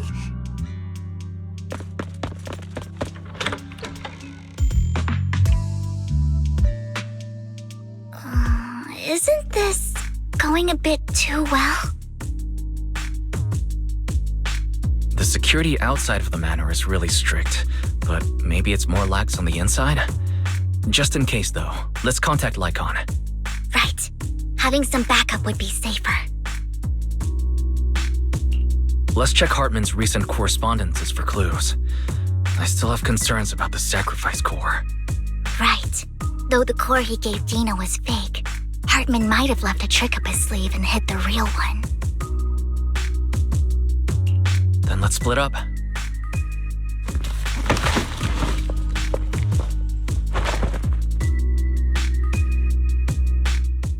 Esteemed guests, is the catering at the Ravenlock family banquet not to your satisfaction? So much so that these two distinguished guests felt the need to come to my humble office to scavenge for food. Don't want to come out? Well, after all, you don't have long left. Burton, that greedy idiot, fell for the mayor's trap. But I never expected that he would bring you into my territory. I suppose I should thank him. Otherwise, I would have had to go to great lengths to eliminate you. Vivian, Phaethon, give Hugo my regards. Tell him I shall be taking the wealth and power of the Ravenlock family for myself.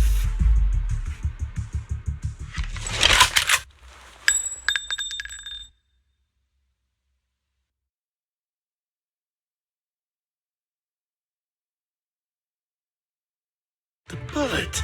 How? Dear Uncle, why must we be so distant with one another? You can just tell me what you want to say directly. Hugo! Impossible! You're... Uncle, you must know a Ravenlock will never stop until they get what they want. Did you really think I would be defeated so soon, when I have yet to trample you into the dirt?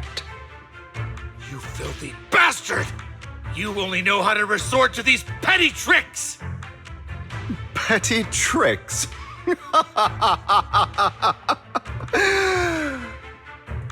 Perhaps you'd like to know what I managed to accomplish using this faked death of mine. My dear Uncle.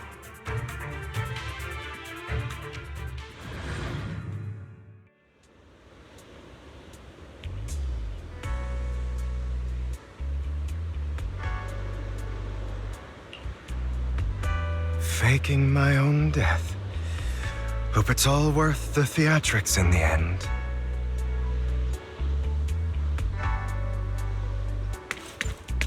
It was just to keep Hartman off my back, but maybe I went a little overboard. The manager must be pretty shaken up. I should apologize at some point.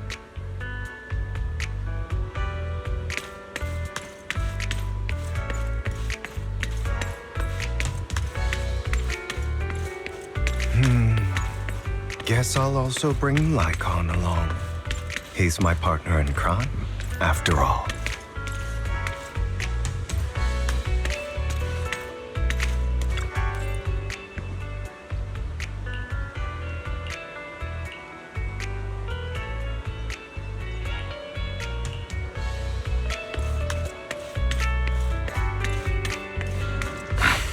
You're late. So strict. Spare me a moment to catch my breath, will you?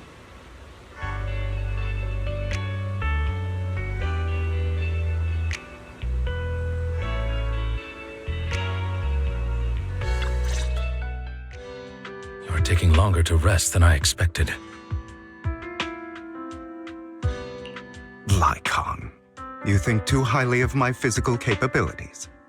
Well, thank you for your cooperation. I must say, if nothing else, at least your acting skills have improved. Why do you look so angry? You should be happy. We pulled that off together with flawless teamwork and managed to fool everyone. Drop your foolish facade. I'm glad you still remember the code we set all those years ago. And thank you for ensuring your sleight of hand didn't deteriorate. Oh, right. I should also thank the blood bag hidden in my clothes and our other props. Do you remember when we last used this trick? It was probably ages ago. Sometimes I really don't understand you. Have you never thought about what the consequences would be if I didn't understand your code? If I decided against helping you? Or if I just couldn't control my strength properly? You'd understand it. Of course, if things really did go awry, I had alternative plans. You wouldn't be so arrogant as to think I'd bet everything on you, would you? You're insane.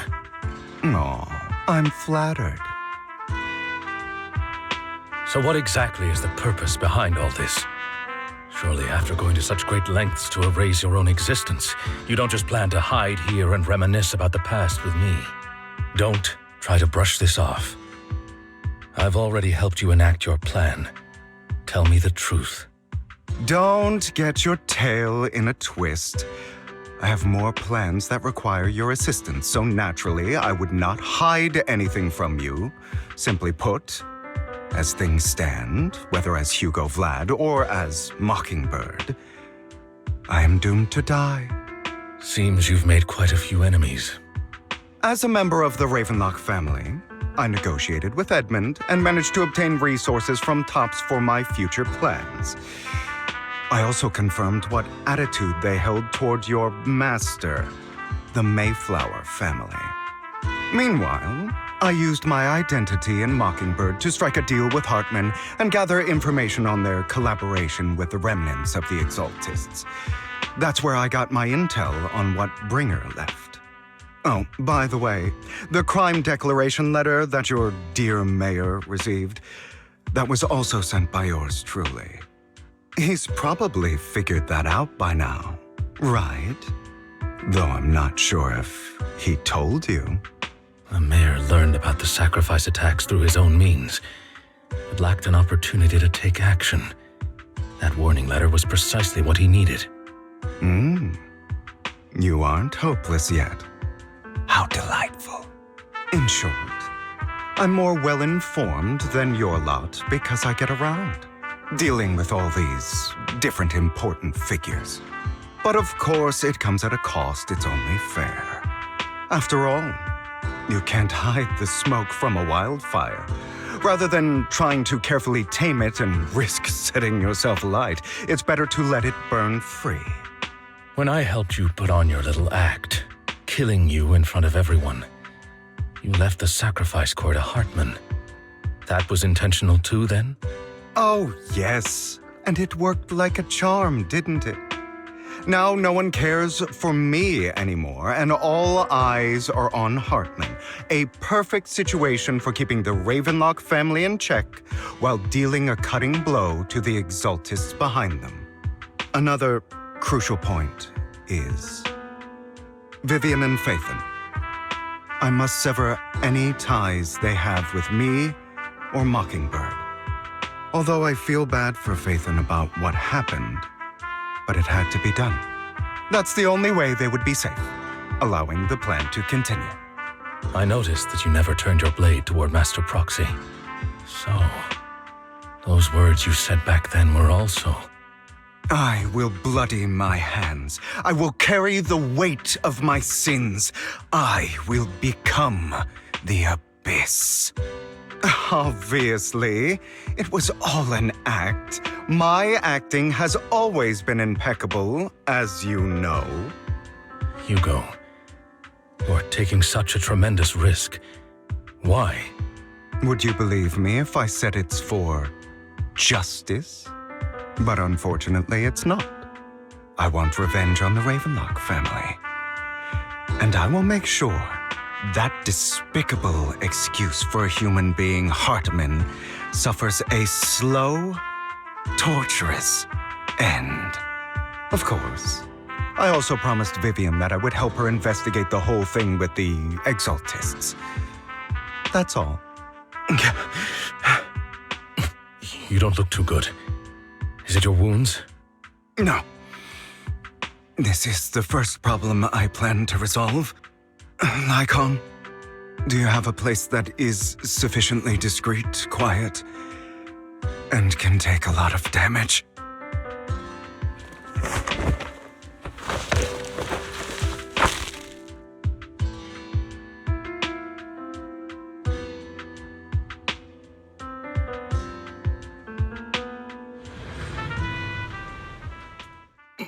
What exactly are you doing? Don't look at me like that. If I didn't have to do this, I wouldn't. Hartman recently obtained a bizarre substance, most likely from those crazy Exaltists. After use, it allows control of the victim's mind, to some extent. You were dosed with it? To be more precise, Lycon, I deliberately allowed Hartman to put this drug in my cup to facilitate our previous collaboration.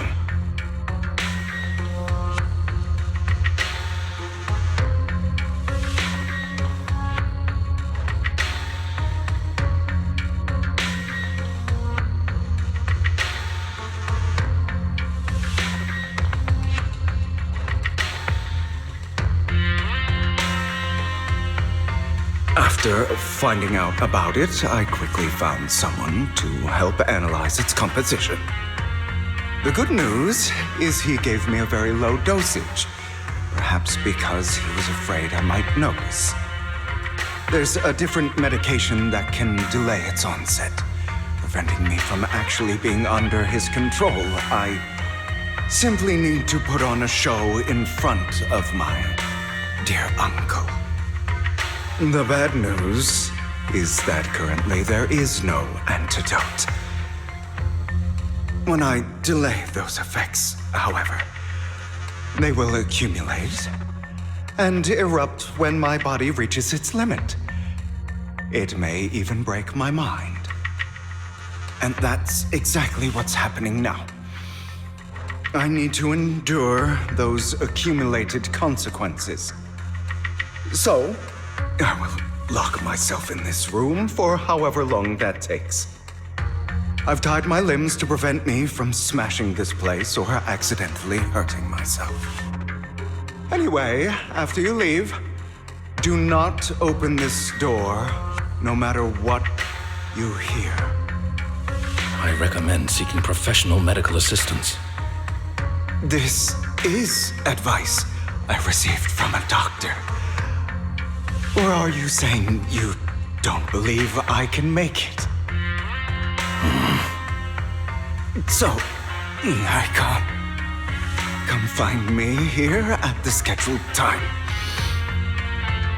All you need to do is smile and await my victory.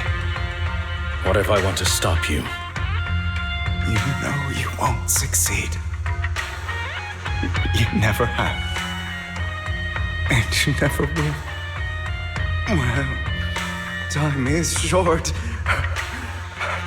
Let's begin. I understand. Don't die, you stupid bastard.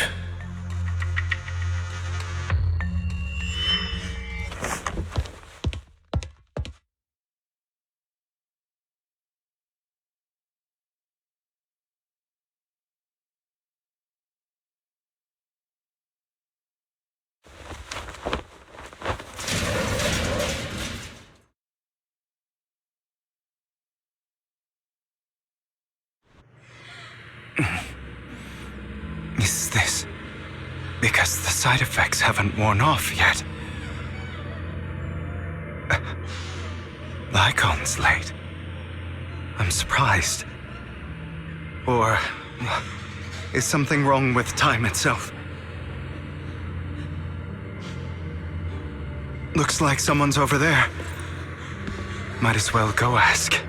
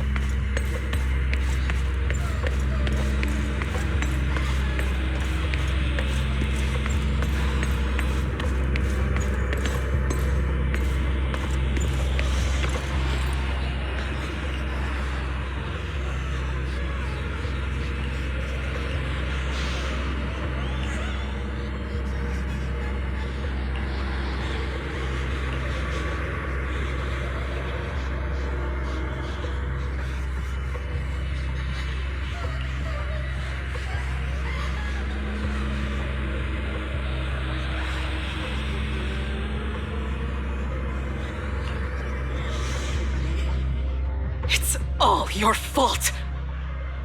I wish I had never given birth to you.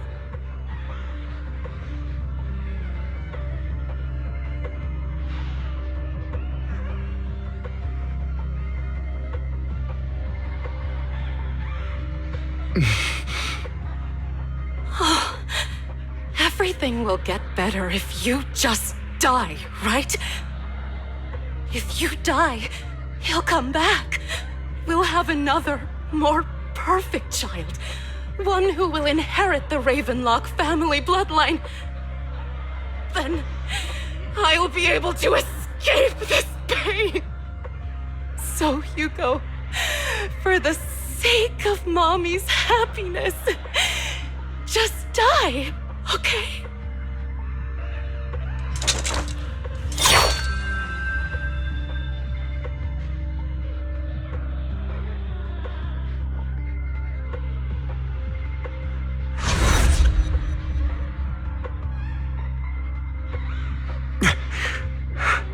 So, I wasn't awake yet after all. That's because you don't want to wake up again. Who are you? I am you. Hidden deep within your heart. Your most true self. You want to kill her, don't you? Your so-called mother. Every time she beat you without reason, when she tried to gouge out your eyes, when she sold you into that hell, laughing all the while. You wanted to be the one to end her life. Why not admit your hatred? As you are, you can hunt her down and make her pay for the living hell of a childhood she made you suffer. Yes, I hate her. I hate her because she was foolish and shallow, greedy and stupid. I hate her because she doesn't deserve to be a mother. She did everything she could to try and get into the Ravenlock family, believing she could live a life of luxury without having to do anything and never realizing she was a pawn, discarded from the very beginning. So she chose to blame me. Blame me for my heterochromia. Blame me for my very existence. But I won't kill her, because I know it won't change anything. She was incapable of loving me, just as she is incapable of loving herself. Have you been brainwashed by that dog? Keeping up the act of being some magnanimous and forgiving fool? Don't compare us. I've simply come to understand love or hate. I make my own choices, and they have nothing to do with anyone else. She sold you to the Ravenlock family for a huge sum of money. She used that money to start a new life without you. While she was indulging herself, you were going through hell in the Ravenlock Manor. Does it not torment you? Do you not feel the hatred? Do you not want to demand answers? Kill her. Only by killing her can you be truly free. For a long time, I thought the same way. But now, well, I want to make a different choice. Stop lying to yourself. You never had a choice. This weak-minded thinking will only lead you to failure. Like before, you'll be nothing but a worm, trampled into the dirt by those so-called elites. Do you still not get it? This is how the world is, and always has been. Hesitate and you'll be the victim. If you don't grab your knife first, you'll end up being on the other end of the blade.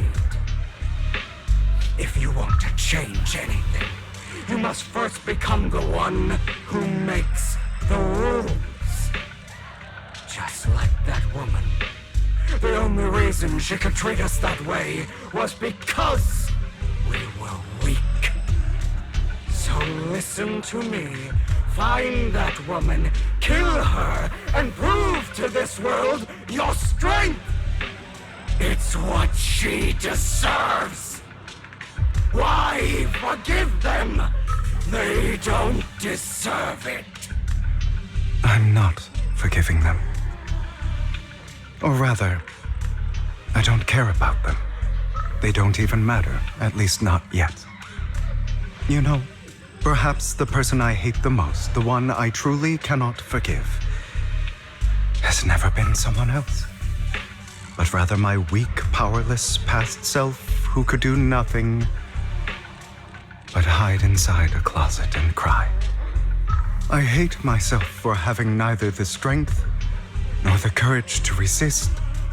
I hate myself for begging for so-called familial love, even after being treated so terribly.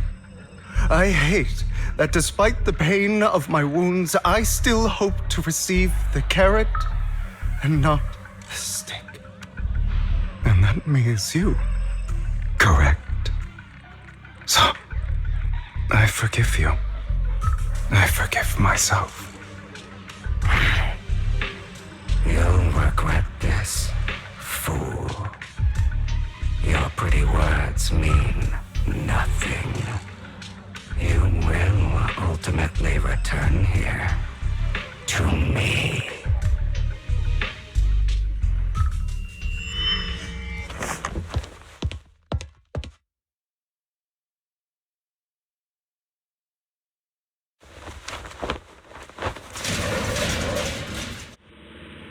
I see. This is still an illusion. I wonder who's going to show up this time.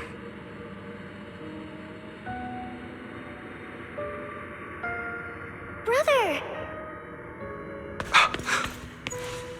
Hugo, let's play hide and seek! I'm already hiding! You'll find me, right? Like you always do! Serena.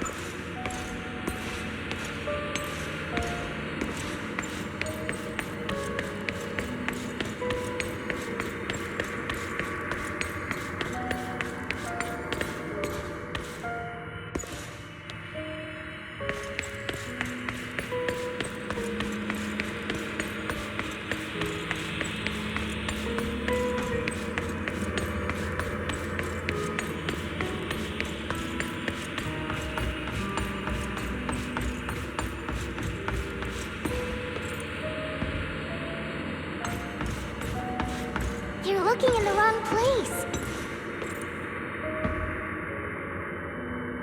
I found an even better hiding spot this time. Harder to find than any place you showed me.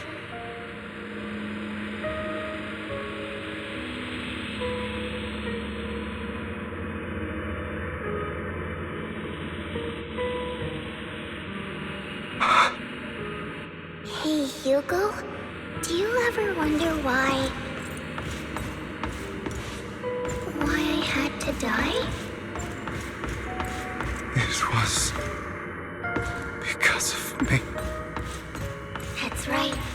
It was because of you. It's all your fault. If only you didn't exist, I wouldn't have had to suffer.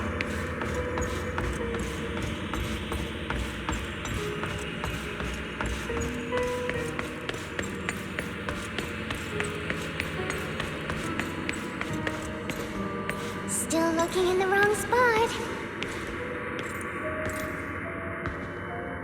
I can't believe you still haven't found me after all this time.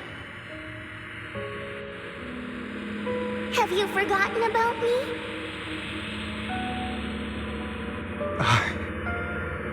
I haven't forgotten. It's okay. I'll forgive you. I'll still be nice to you, just like before.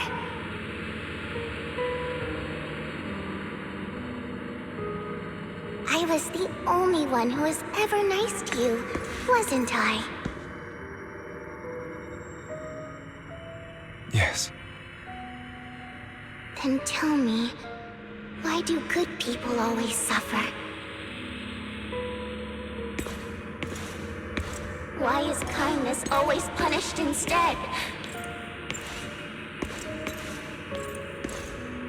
Tell me, Hugo, why?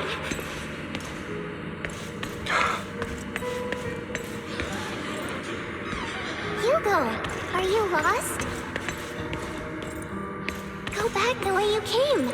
I left you a surprise there.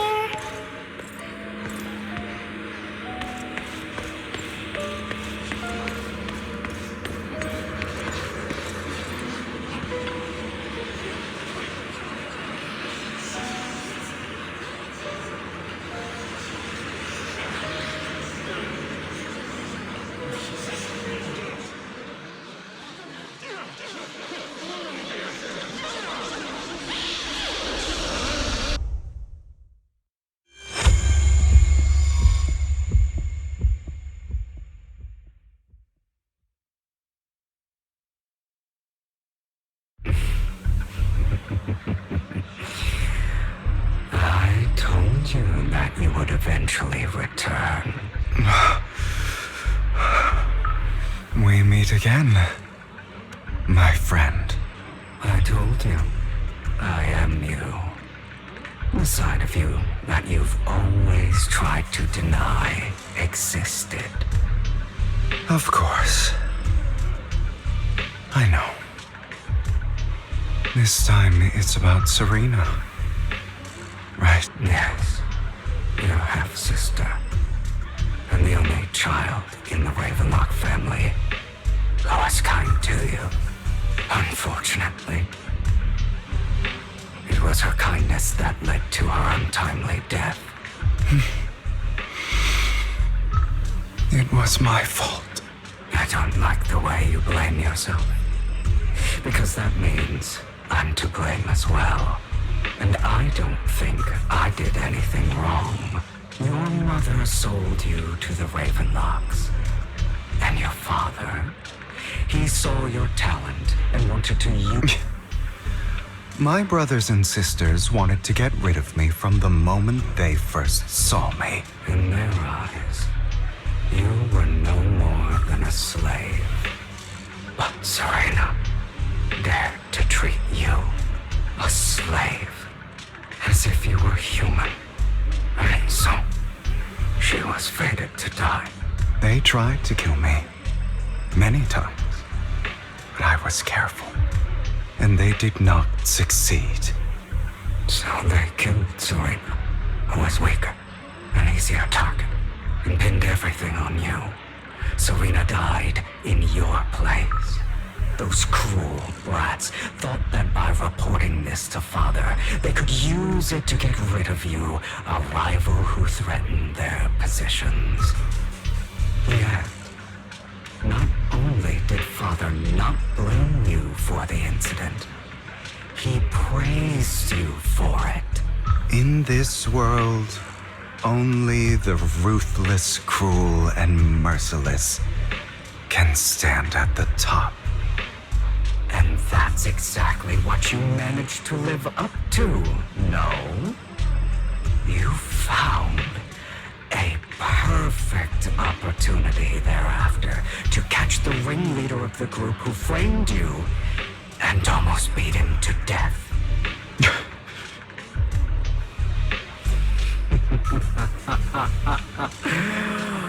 Oh, you should have seen the expression on your face back then. Oh, crazed and manic with utmost delight. I don't remember that.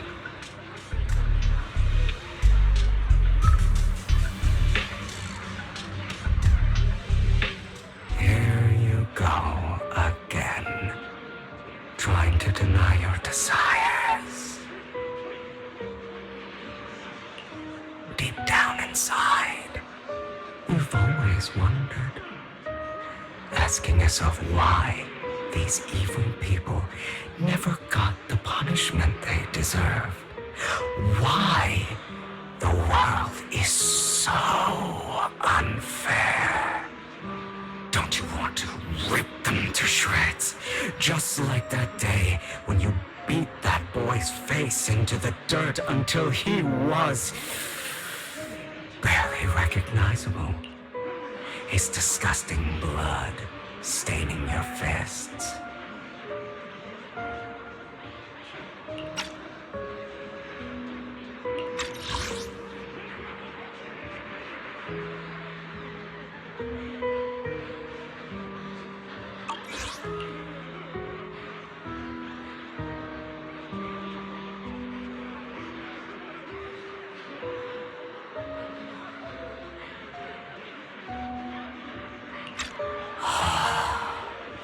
Recall your exhilaration, your cathartic release of rage, that outpour of hatred. That victory belongs to you. You deserve it. Those brothers and sisters of mine are all dead. I cannot take revenge against the long deceased. They died by Hartman's hand, dying in the power struggle to become the Ravenlock family's heir, rather than by our side.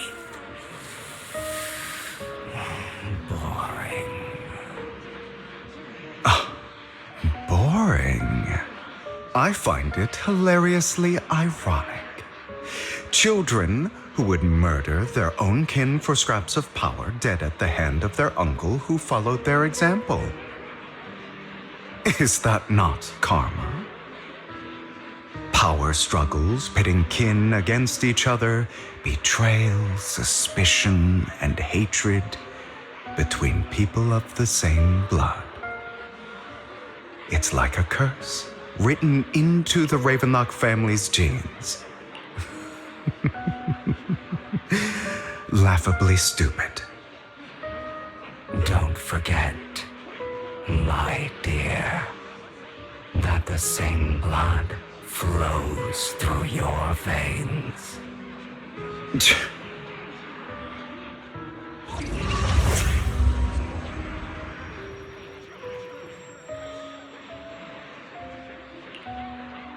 That's right, my dear nephew. No matter how much you deny it, the blood of the Ravenlock family flows through your veins. Survival of the fittest. Only the strongest deserve to live. Only the strongest deserve to rule. This is the path of success that has led the Ravenlock family to victory countless times. A blessing and a curse etched into your flesh and blood. As long as you live, you'll never escape the mark of family. You are destined to one day become someone like me, like your father.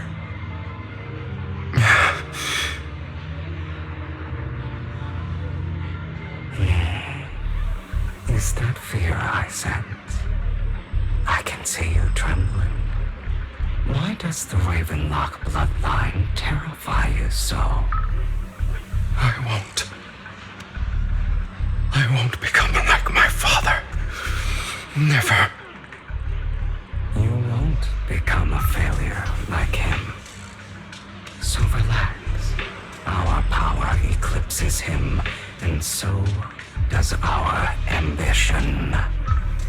So, do not deny your own desires. Do not resist your own ambition. This is the talent you were born with. The best gift fate has ever given you. Admit it. Deep within your heart lies a spark, yearning to ignite a raging inferno that will burn everything down.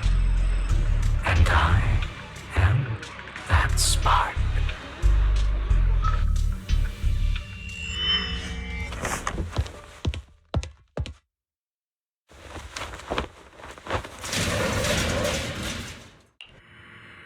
Lycon.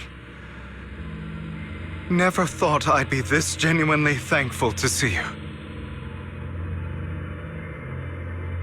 Seeing you means this never-ending nightmare is finally over, right?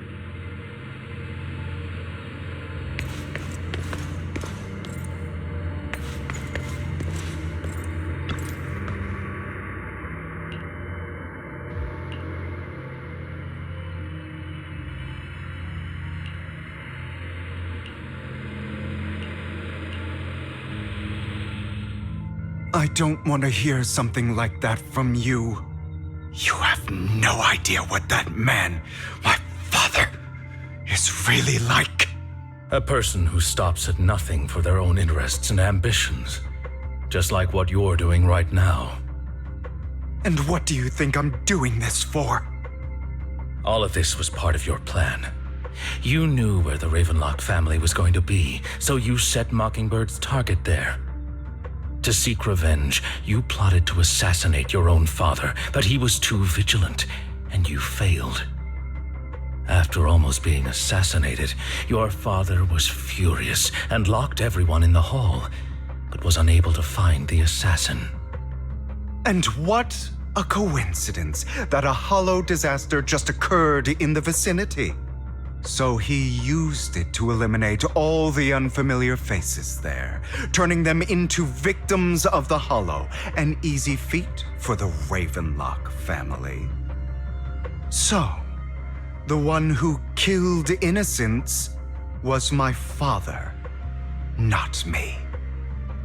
You knew what choice an extremist like him would make, and you used the chaos to once again attempt an assassination. This time you succeeded. You killed your own father at the cost of innocent lives.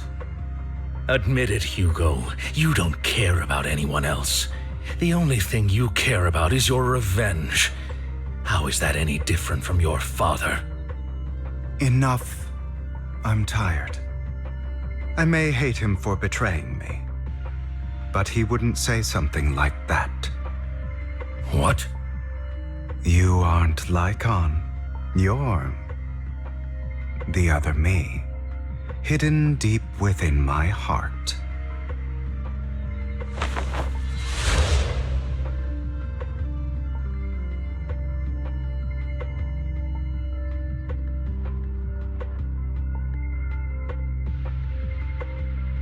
I've been waiting for you, my dear. It seems you've already grown accustomed to this place, even turning the tables on me. Just as you said, you are me, and I am you. There's no such thing as having an advantage over oneself.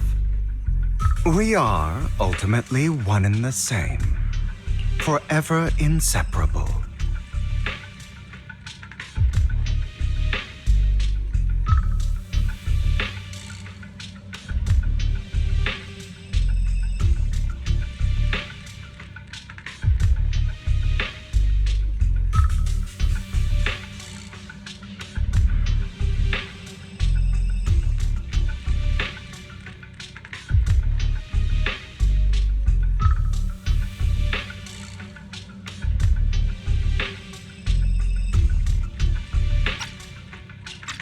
You should know what I want to say. When you and Lycon split, you didn't even try to clear up the misunderstanding, didn't deny or argue against what he said. Because you realized that deep down, he was right about you. You just hadn't acted on it yet. Some people live only to bring more suffering into this world. Sometimes, murder is what brings justice back into this world. For that, I must stain these hands in blood. That's right. Just like what you said before you faked your dad. Were those words really just an act? To slay the dragon, you must first become one with sharp claws, rending fangs, and strength enough to destroy anything. You know the truth better than anyone. If you hadn't hesitated and instead seized the first opportunity to kill your father, none of what followed would have happened. Innocent civilians wouldn't have died. Your partner wouldn't have lost an eye and both legs trying to save people. And Mockingbird would have never gotten to that point. You can save more people. Save good people. Save more lives than the evil ones you take. I've spent countless hours in regret over that incident. So why not submit to your true nature? You want to be the judge, jury, and executioner of this world. And you can. I wasn't responsible for Father's death. The true mastermind is my uncle, Hartman. His schemes to kill the head of the family were all so he could take control. Mockingbird was simply unlucky enough to get caught up in it. So, for a behemoth like the Ravenlock family, with its roots so deep, a single person's death, regardless of who that person is, wouldn't change anything. Of course, whether it's Tops, the Mayflower family, or even the entire world, it's actually all the same. I refuse to be dragged down by pointless hatred any longer. You foolish, stubborn idiot. Do you understand the power of hatred? Have we not come this far precisely because of it? Or are you going to follow Lycon and Jack's twisted logic? Come on. You don't actually trust anyone? Otherwise, why would you hide this whole scheme of faking your death from them?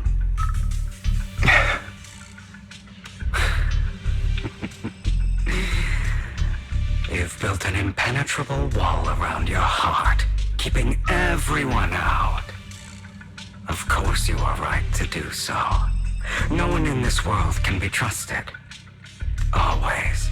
All you'll receive is hatred from your own blood and no love. Suspicion from your companions, and betrayal that comes all too easily. But the most ridiculous thing is that you want them to trust you. You stay silent and long for them to notice your suffering.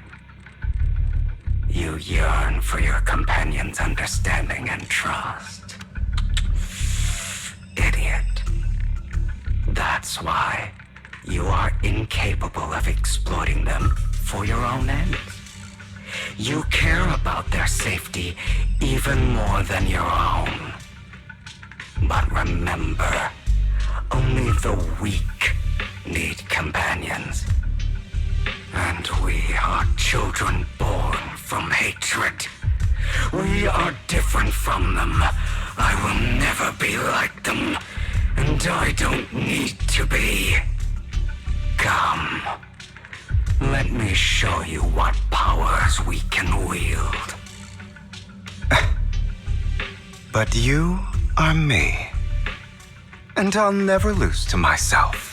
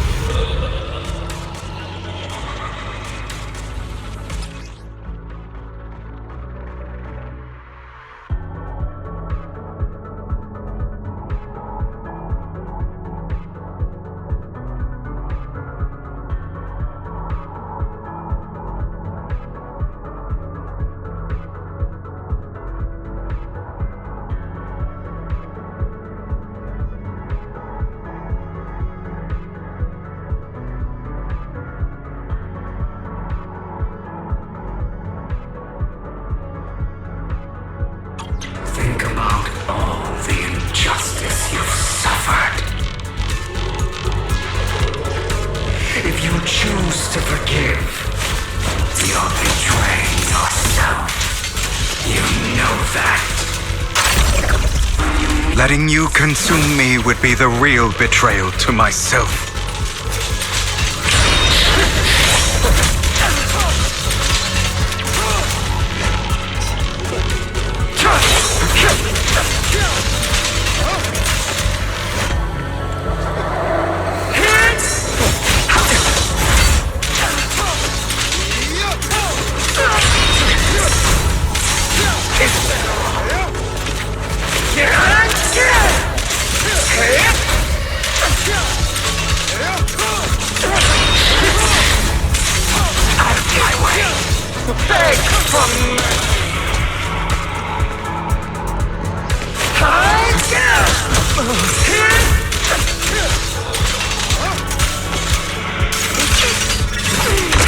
Just afraid to admit it.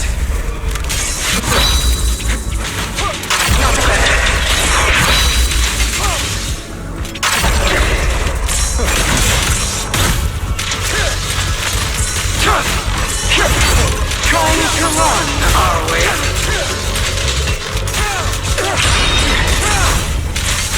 Is that all?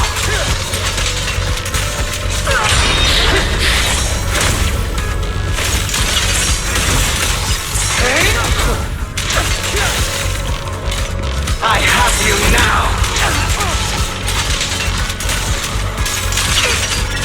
You're too scared to face your true self and what you truly desire.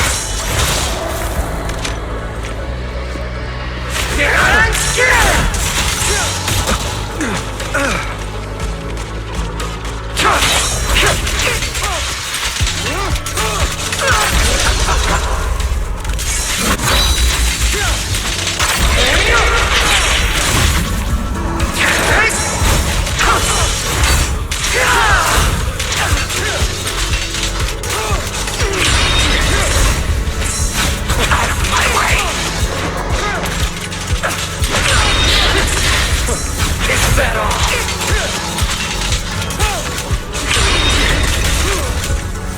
Let order and madness dance. Yep. Are you trying to kill me? You think you can just get rid of me? Without me, you are nothing. For what it's worth, thank you. Don't be afraid. You and I are inseparable. You're part of me, just as I am part of you. Fancy words won't change anything. No. It's not just platitudes. I finally understand now. Some pain only fades when it's seen, when it's accepted. So I won't fight you anymore. I won't hate myself anymore. Weakness, hatred, malice, strength, forgiveness, justice.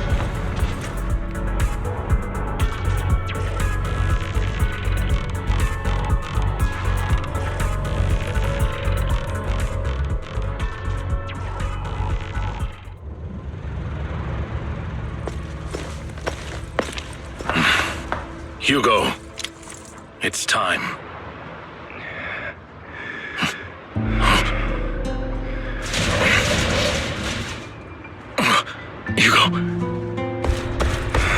Hugo, you...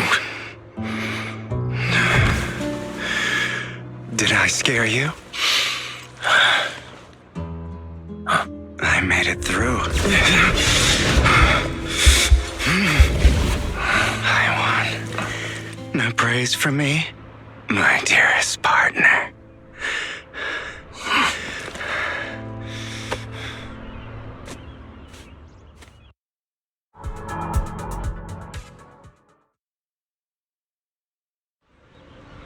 This is just like what I saw in my dream. I guess there are still some lingering side effects.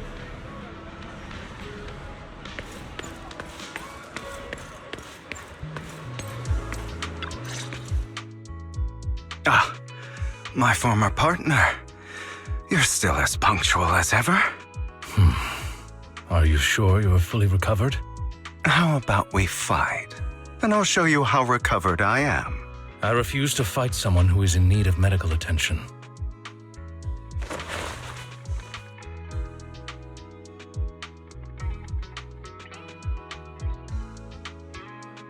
How thoughtful.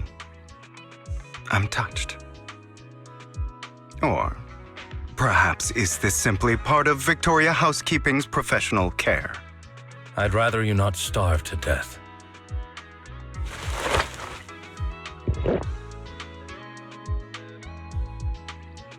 Not to your liking. I'm fairly certain this is the same kind as before. No. I've just gone too long without food. It feels a bit uncomfortable. Either way, thank you. Now tell me, what exactly happened in the warehouse? Just going a bit crazy from you know what. Were you expecting anything else? But I did have a very long dream. A dream about many things from the past. If I had to put it into words, it would be like giving myself psychological therapy. You seem like you could benefit from some too. How about it? Want to book a session with me? Trust me, I'm a pro. Seems you really have recovered. Well, of course. I'm feeling pretty great right now. Like I could argue with you all day on every petty detail of who exactly was in the wrong back then. I wanted to ask, what you said about Mockingbird before, when you faked your death, was that part of the act? Oh, you mean the part about how Mockingbird has never really changed anything or saved anyone. I didn't expect you to still be so hung up on this. Interesting. After all, it was you who chose to betray Mockingbird. To betray me. Just as I said before, I never considered Mockingbird a failure. Perhaps Mockingbird deviated from its origins, but it has its value. You shouldn't reject the things you've done. Or Mockingbird. I have contemplated this before. Yes. Mockingbird has helped some people and has genuinely managed to cause trouble for those who abuse their positions of power for evil. Yet those in high positions still possess immense resources, and the people we helped remain destitute and suffering, willing to become slaves to those in power for scraps. But just as you said, even if what we did was childishly idealistic and flawed, as little as we actually achieved, even the slightest change is by no means meaningless. Nothing holds more value to me than Mockingbird.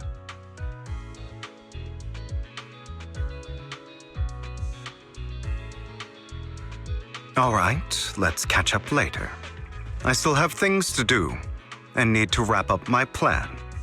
I thought you would rest up first. As much as I would prefer that.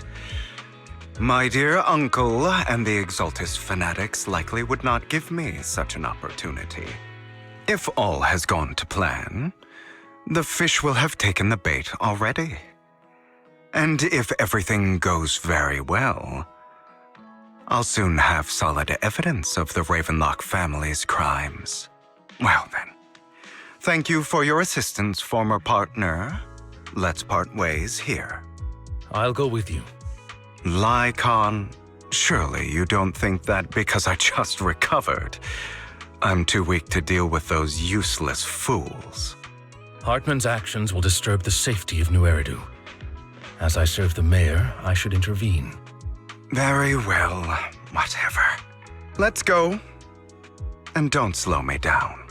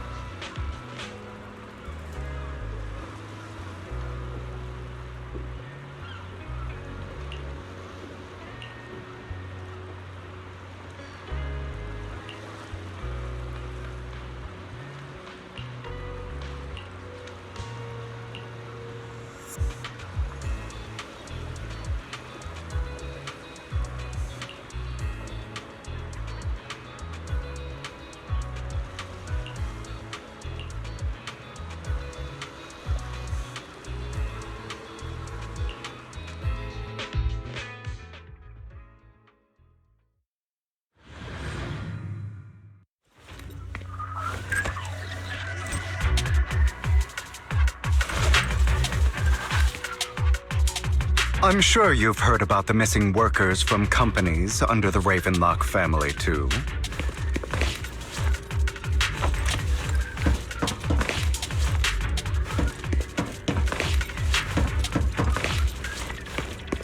I know where they are.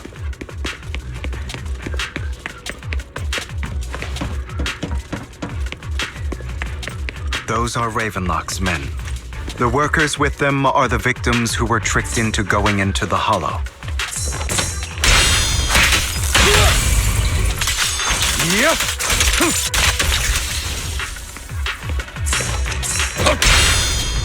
Come on, let's get them out of here.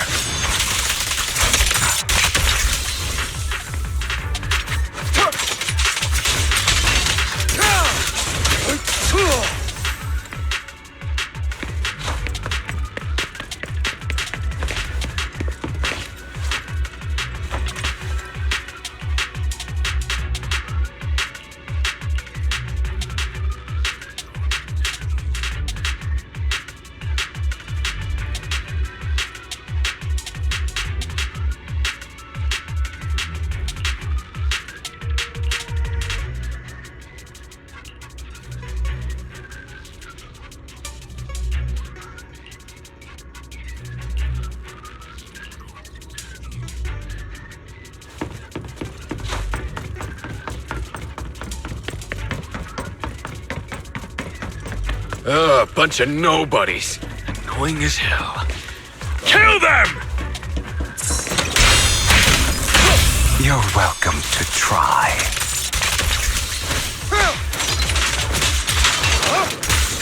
Hi. Understood.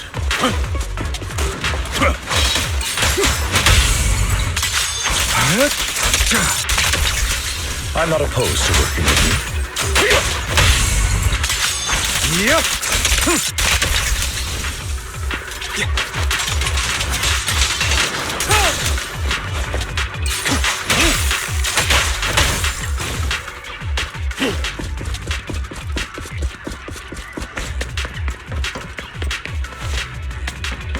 More workers here. And quite a lot of them.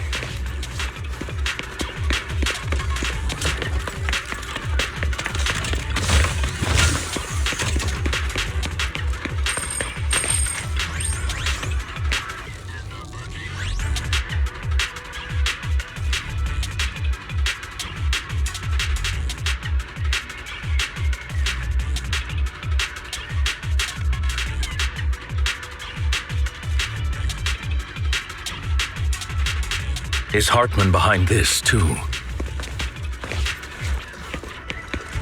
Of course. He threw them into the Hollow like offerings for the Exaltists.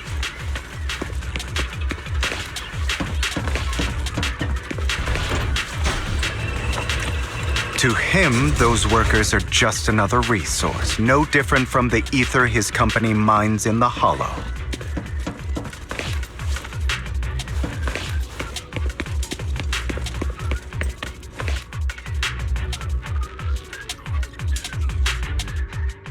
There's more over there. Let's hurry. It's different this time. Don't rush in. Let's listen in on what they're saying first. I still need more direct evidence to ensure the plan is absolutely foolproof. The compensation you promised. It's all real, right? All we have to do is follow you into the Hollow for some simple tasks, and you'll give us a huge sum of dennies. Sounds real suspicious. Shut your trap. You keep yapping and asking questions. If this is all so suspicious, why were you so eager to sign up for it? Because I don't have a choice. My daughter was previously caught in the Hollow disaster and suffered severe corruption. The treatment costs have completely drained our family's savings. So that's why... It's the same for me. A serious illness at a senior age. I need the money. Who would risk taking a job like this unless they were desperate? I'll do it. No matter how suspicious. As long as I can get paid, I'll do anything. Even risk my life. Wait, you people from the Ravenlock family. You're part of a big company in Tops. You wouldn't go back on your word, right? Don't worry, you'll get every dinny you were promised. But before we start, you all need to take this medicine first.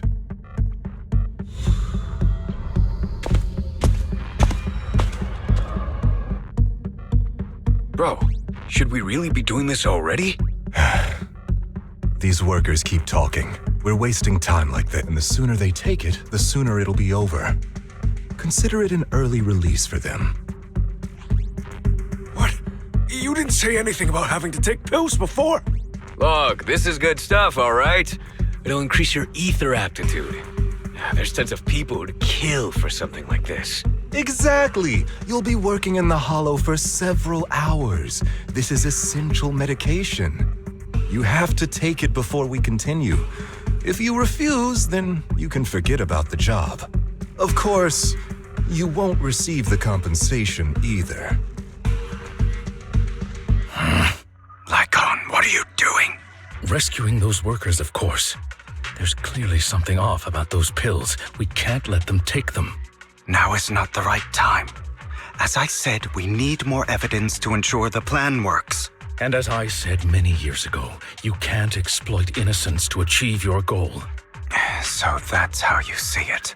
If that's not what you want me to think, then explain everything to me. All right.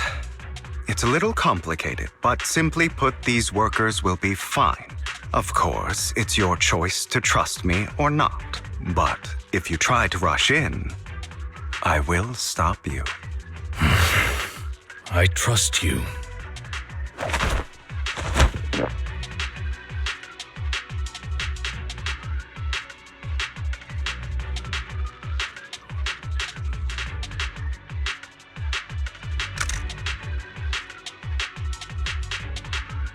All right.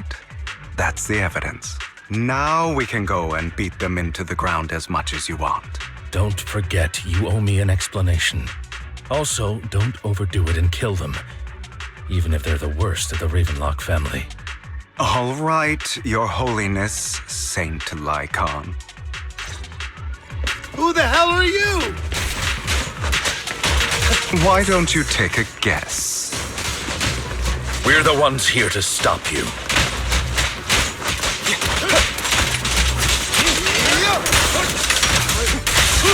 Can't remember the last time we worked this well as a team.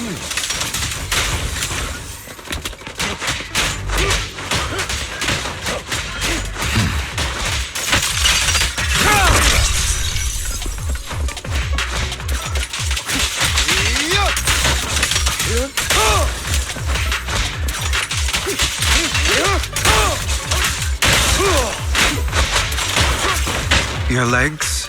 How are they feeling? I'm fine. To be honest, I think I prefer the way you used to fight. Scram before I get angry. You had a lot more aggression. I've merely learned to control my strength. Reap your soul. When I need to be aggressive, I will be. Repent!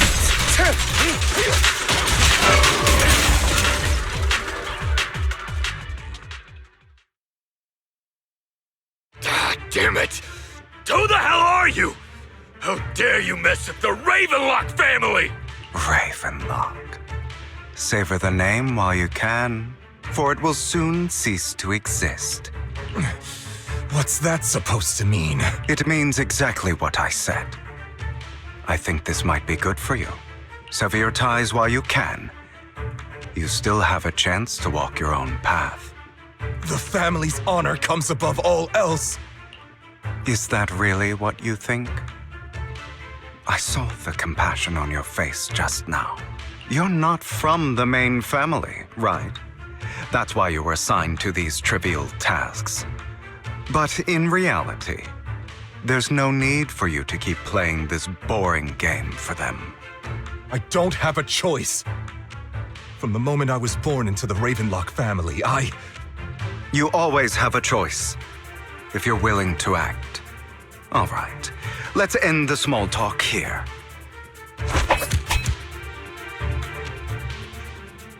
Don't worry, Lycon. I didn't hit them too hard, just enough to keep them quiet. How's that? My acting's pretty good, right? As always, a certain someone should take some lessons from you. I'll leave the rest to you then. Okie dokie.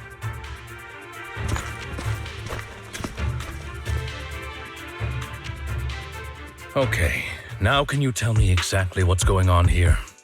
As you can see, that worker just now was actually an informant of mine. The pills were swapped out with vitamin tablets. Outside of this batch, some workers have already taken the actual substance Hartman has.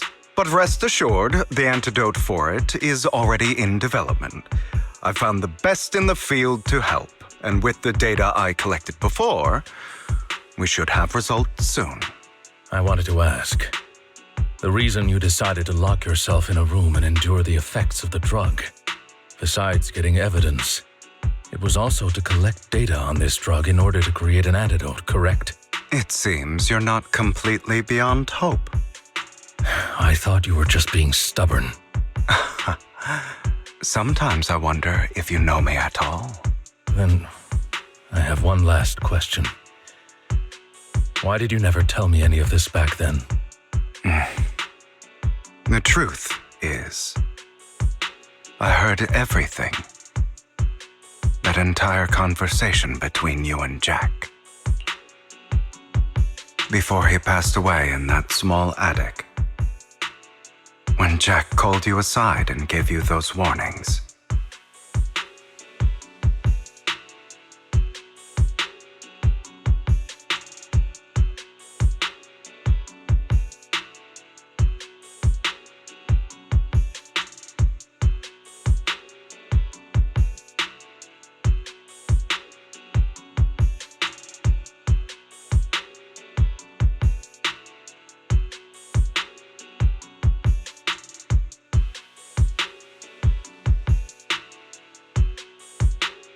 When he told me you might go down the wrong path?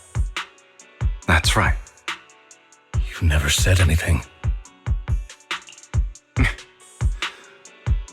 What would I even do? Scream and rage over your suspicions, or get on my knees and beg for you to trust me? You know there's no way I'd allow myself to do such a thing.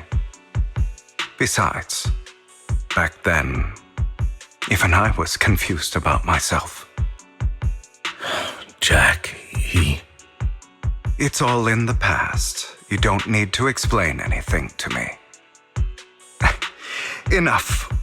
We should get going. If we're going to reminisce over the past, we should find a more suitable location.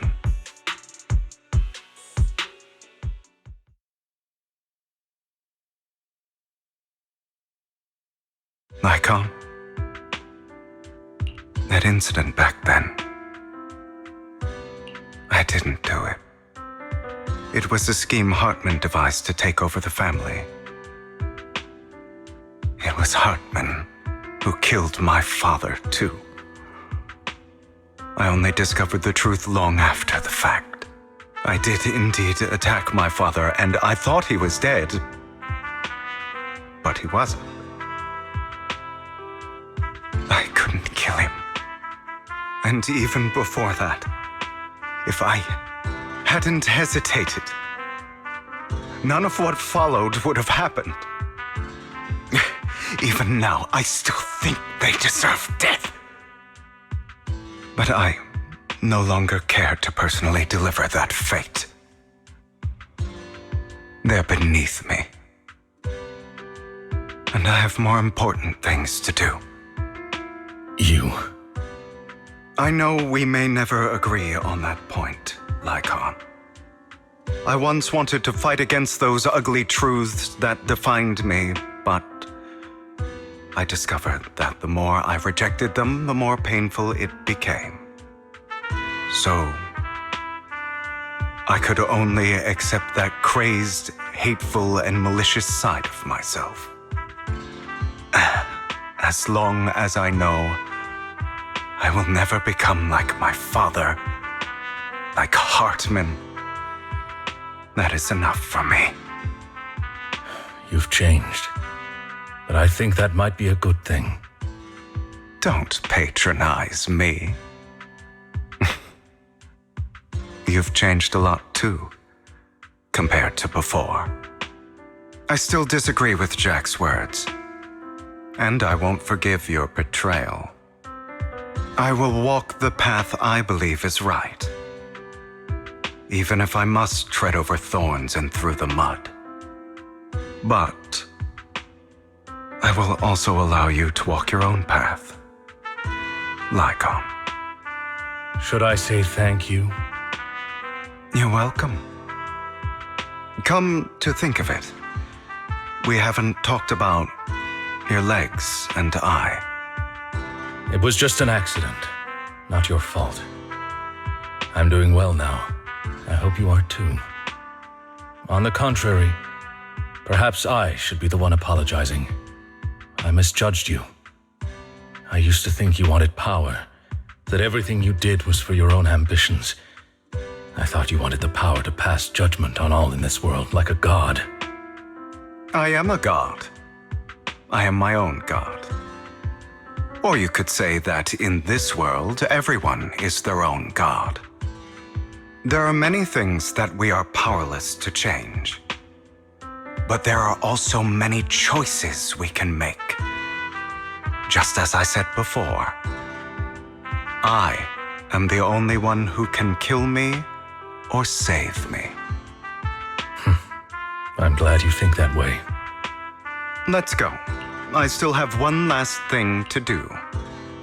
To witness the end of Ravenlock.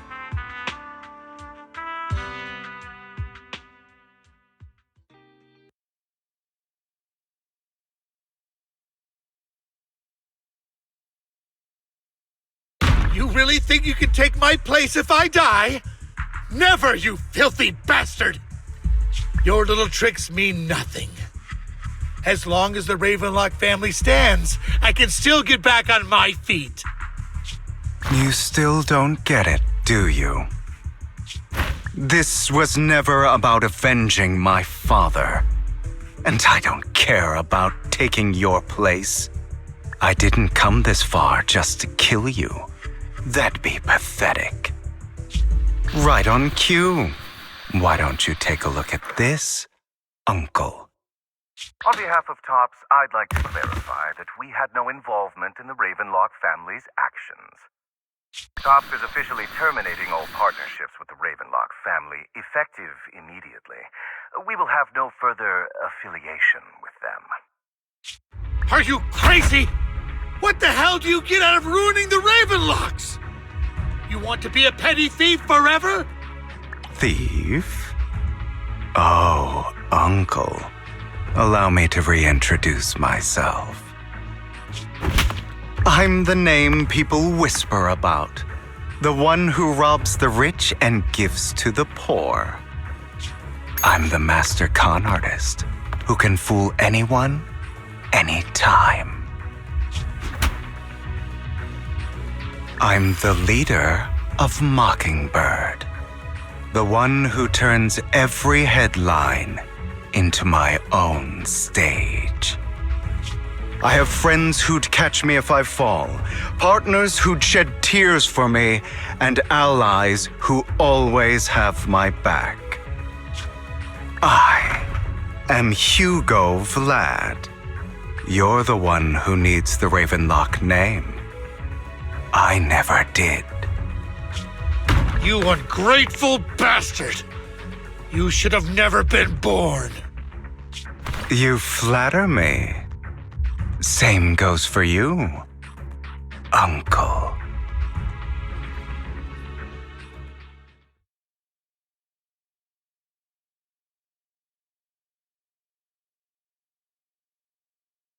You've done well, Vivian. You had better give me an explanation. And here I thought this would be a touching reunion. What's with all the anger? Hugo, I'm a member of Mockingbird too. And I mourned your death. Listen, Vivian, I don't want you or the people you cherish to get caught up in danger because of me. I've always been selfish, so I don't hesitate to use you all as variables in my plans. But it is because I am selfish that I also don't want my failures to affect my treasured companions. In any case, if you were in the same position, would you not make the same decisions? Lycon's taking care of everything outside. We should go. Also, Wise, thank you. And I'm sorry for the whole act where I threatened you. It was the only way for Hartman to drop his guard against you and leave you be. I, Hugo Vlad, am forever indebted to you.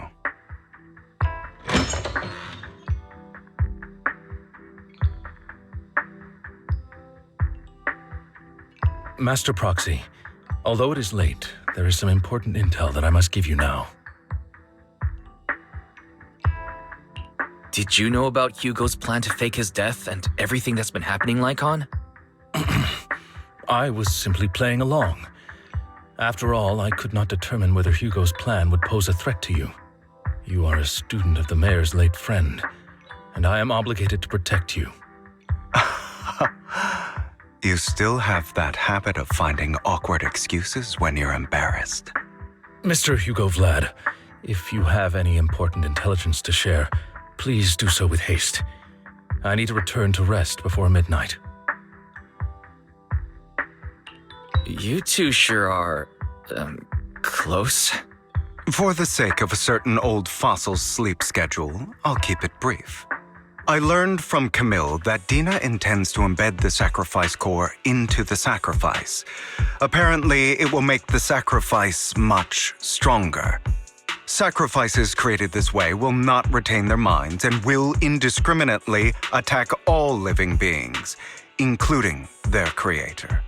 So the Exaltists don't do this. It would bring them no benefit. But Dina's concoction can control people's minds. If a person takes the pill and is injected with the serum Landon left behind, the sacrifice would be under its creator's control. Although the dormant sacrifice has been destroyed, Dina found a batch of that serum her father created and wants to create new sacrifices.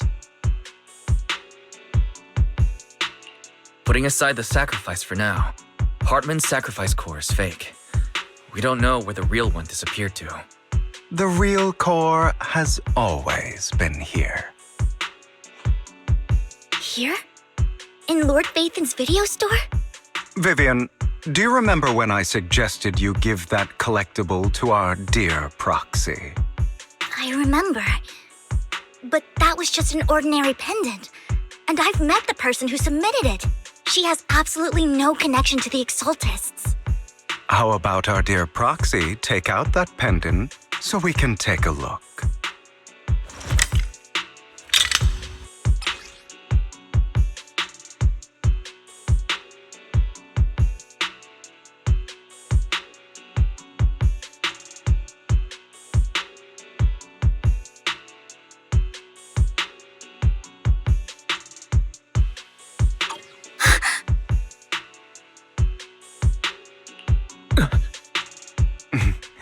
I'll take your surprised expressions as a compliment for my little trick.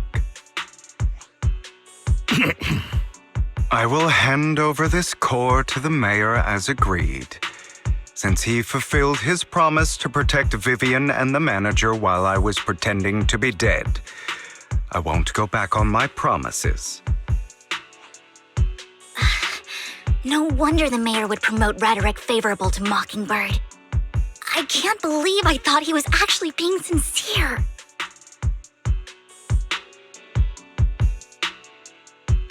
Since we have the sacrifice core, all we have to do now is stop Dina from using innocent people to make more sacrifices. Yes, and we need to destroy the last batch of Landon's serum. Hopefully with no options left, Dina will give up her obsession. All right, that's the important stuff. I'm going to go and confirm where Landon's serum's been stashed. I'll contact you again once I have something.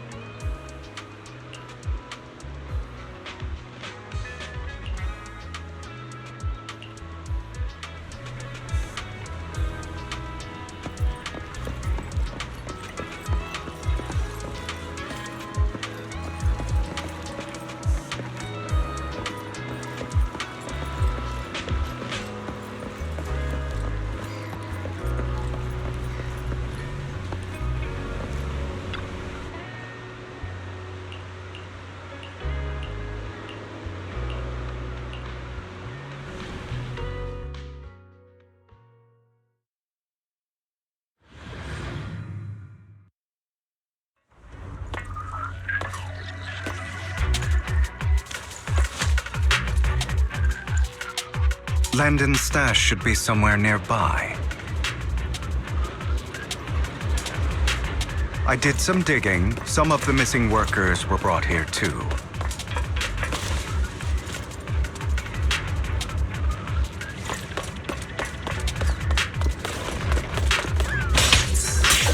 Dina's getting ready to make her move. Don't worry, we'll clear them out.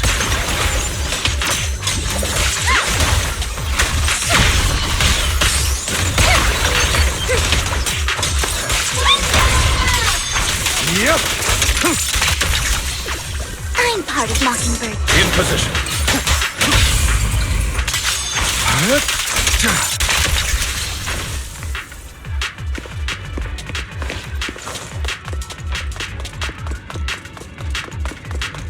They're trying to destroy the goods! Stop them!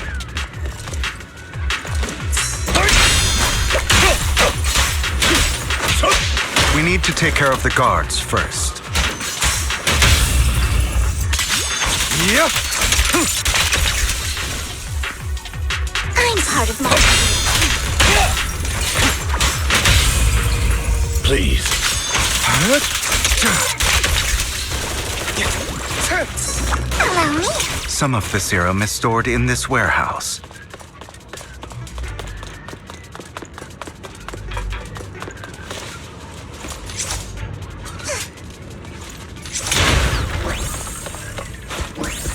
You're not taking anything from here. Hugo, get the guards first.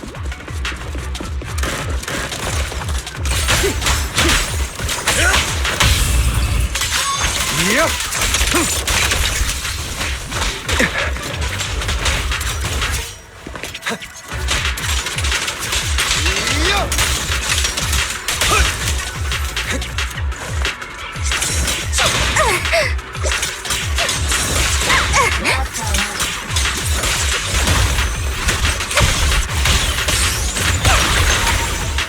Say no more.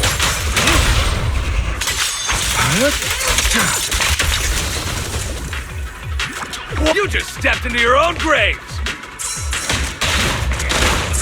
Fool. Don't touch me. Fools.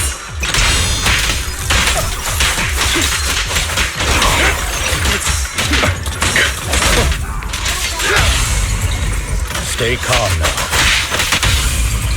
Head for flowers that bloom in the abyss. All up to me. I'm here. Freeze all evil!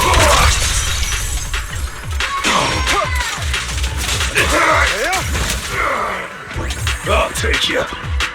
Fine, I'm feeling safe. In position. What? Can't handle it? Oh my.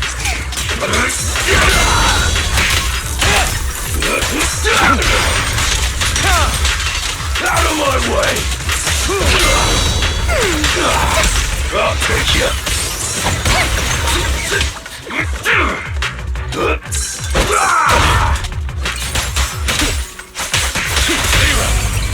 Quickly now.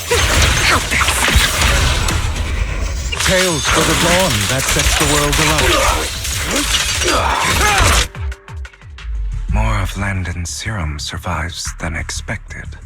Fortunately, since they're still here, it means Dina hasn't executed the final step of her plan. There's likely a lot more stashed around here, and we have yet to locate the missing people. Our actions here won't go unnoticed. Perhaps they're making plans to deal with us on their side. With Landon and Dina's concoctions combined, she may be capable of creating a sacrifice that obeys her. If it comes to that, this will get far more troublesome. How about we split up? Hugo and Lycon will destroy what remains of the substance around here, and Vivian and I will go search elsewhere. Very well. Let's go with your plan. But be careful if you encounter Dina and her people. According to Camille, she's absolutely obsessed with completing her father's dying wish. Who knows what she may try? Let's part ways here for now. And perhaps the other manager could use Eos to guide us. Sure. I've been feeling way better these past few days, so just leave it to me. It's only now that I realize how fortunate we are to have two Lord Faithins. Yeah, but I feel like our work's doubled. In the past, Wise and I would only ever work on the same route. Greater power means more responsibility. And in any case, I'm sure the mayor would be able to provide double compensation. He's a very generous person, after all. Right, Lycon? I will request additional compensation from the mayor. It's not about compensation. It's just... I'm still not used to us being separated in the Hollow, so I'm worried about Wise's safety. Oh, but I have no doubt in your abilities. I just haven't gotten used to it yet.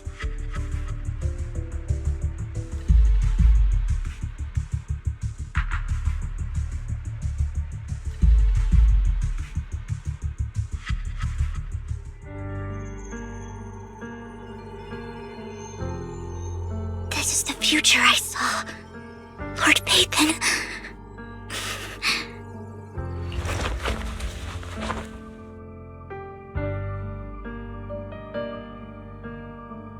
I'm sorry.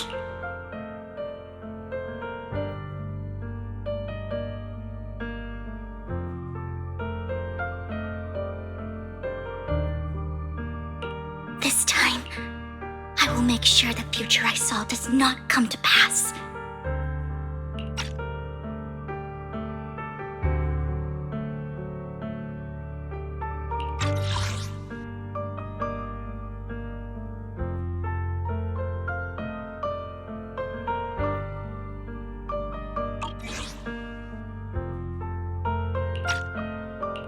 I don't want to bring you misfortune.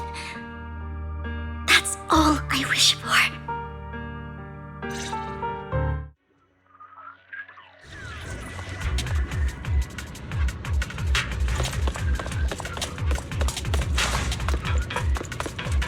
Leave this to me, Lord Phaethon.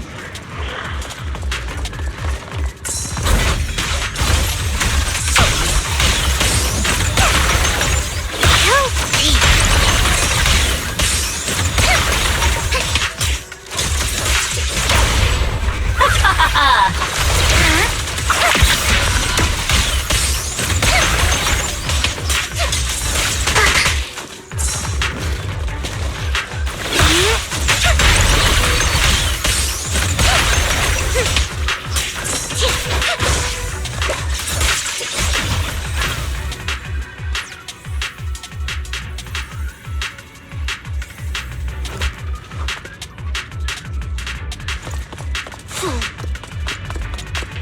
Lord Phaethon, there might be more serum here.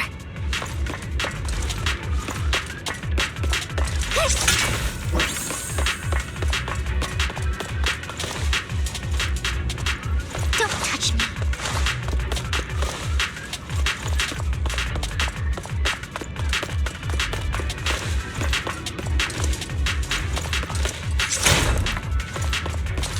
How dare you steal from Lady Dina!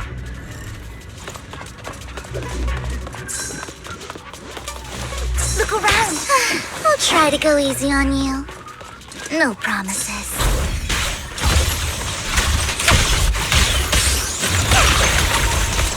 Better not get my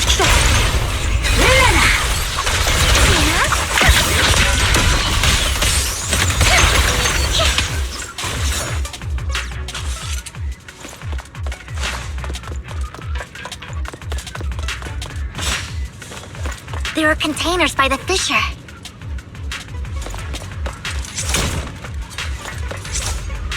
There's got to be something inside. Let's try opening them.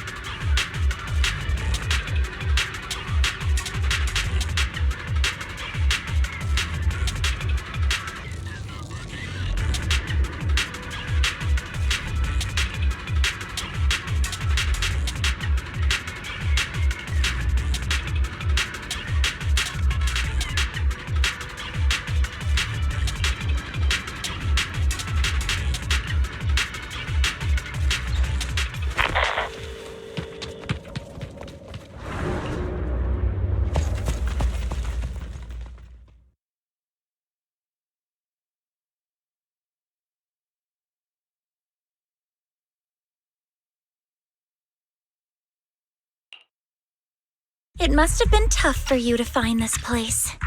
Vivian, if you had stayed out of it, I wouldn't be so eager to get rid of you. Those people have been taken to safety. You're all out of options. They're just mere test subjects. So what if they get away? There will always be people consumed by greed, and therefore, they will come willingly to me. In any case, what are a few sacrifices in comparison to the completion of Father's grand ambition? Dina, you deceived those people. They didn't come willingly to you. You tricked them, just like Landon did back then. Deceived? Father gave hope to those who had everything taken from them by the Hollows. Vivian, you once rejoiced at the hope Father offered you, too. Before Father took you in, You were no more than an omen of disaster that no one wanted. It was Father who gave you shelter and a purpose for existing.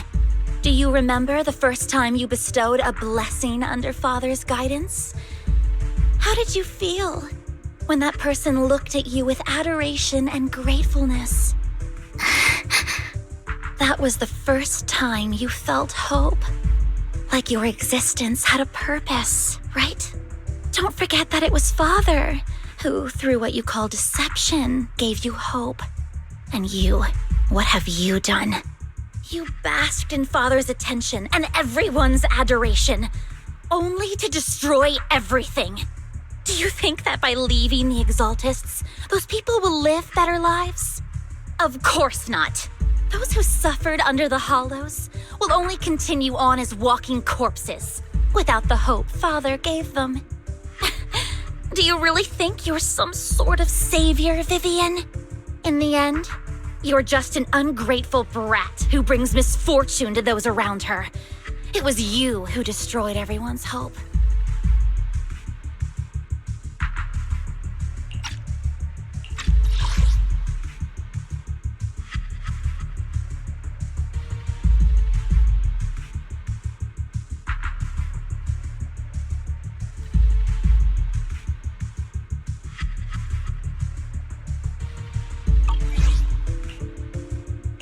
Not everyone wants to live in false hope, Dina. You say it's because of greed that people willingly become your sacrifices. Perhaps those people aren't entirely virtuous. But that greed is just wanting to live a better life beyond the Hollows. What you and Landon have done was never about giving people hope, but exploiting it. Stop lying to yourself. Deep down, you know what Landon did was cruel. No. Back then, when Landon wanted to inject you with the serum, the fear in your face was as plain as day.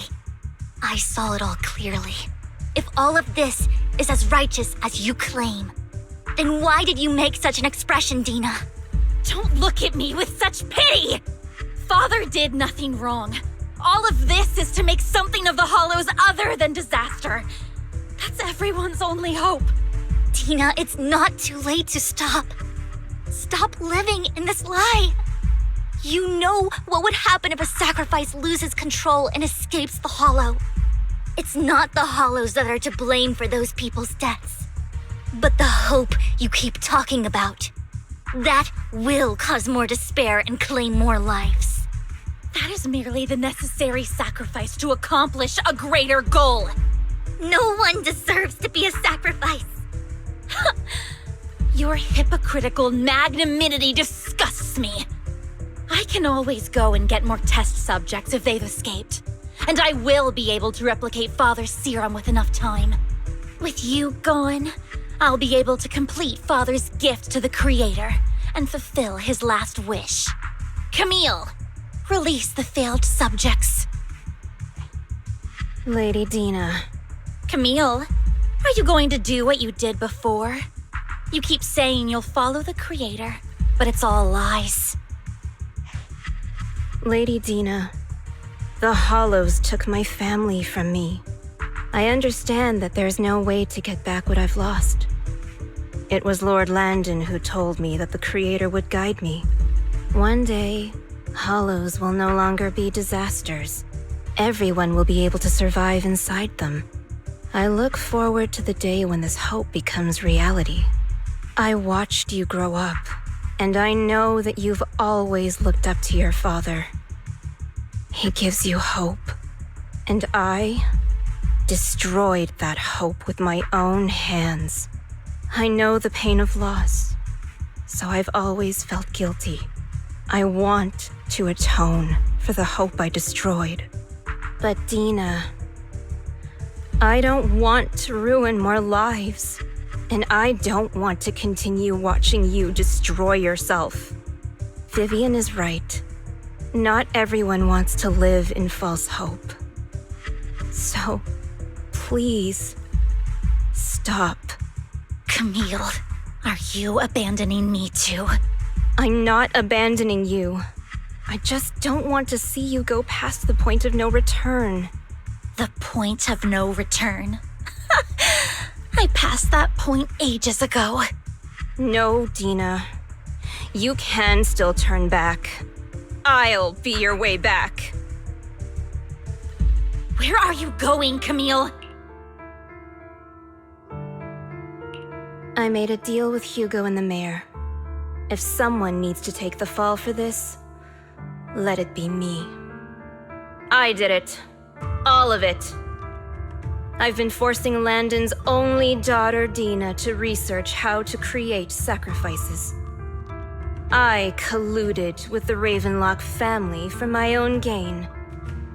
Everything Dina did was under duress. Since I've kept her captive for so long, she doesn't have the skills to survive as an independent member of society. She'll need a caretaker and teacher. Someone who will look after her and educate her. No! I refuse, Camille! I refuse to accept this!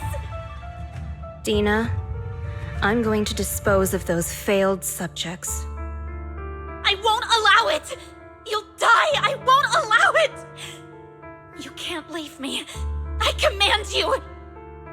You've always followed my orders, and you will follow them now! It wasn't your orders that I've been following. My younger sister, who was stolen from me by the Hollows, also had such beautiful red hair. When Landon told me the Creator could bring me hope, you were standing there, right behind him. I was certain, then and there, that this was the hope the Creator had given me. Start over, Dina. You still have so long, so much time.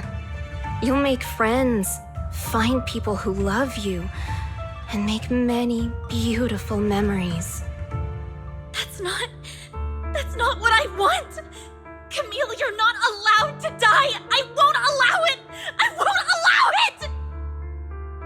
Goodbye, Dina. And I'm sorry, Vivian. I'll leave the rest to you.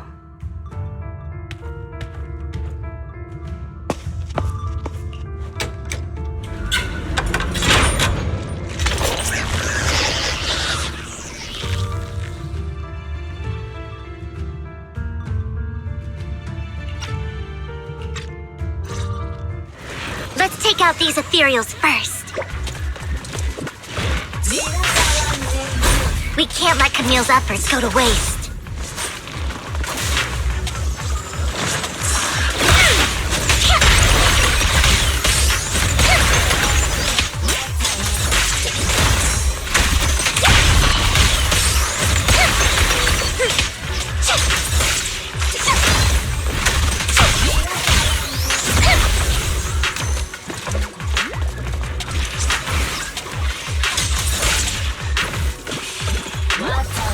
Let's go after Dina, Lord Phaethon.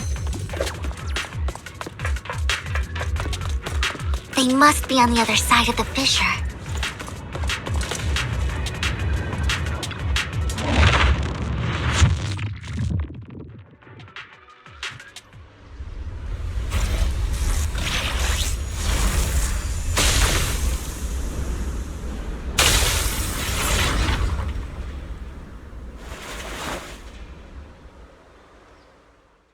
Are you satisfied now, Vivian? You were the one who brought yourself to this point. You're saying this is all my fault. Losing my father, losing Camille. I wish you had never come into my life. At first, when Father brought you home, I was happy. There are so many Exaltists, yet Father never allowed me to get too close with any of them. I never had any friends either. But when Father brought you back, he told me to take good care of you, that you were my first friend. I was also so happy the first time you took my place in helping Father select a person to receive the blessing, because it meant you were different from all those other people. You could stay with me. But soon, I grew jealous. You took the attention that should have belonged to me. You even took Father's love from me. It's only because of my ability that Landon... I know, but... Vivian, jealousy is something you cannot control. Of course, the same goes for fear and hatred.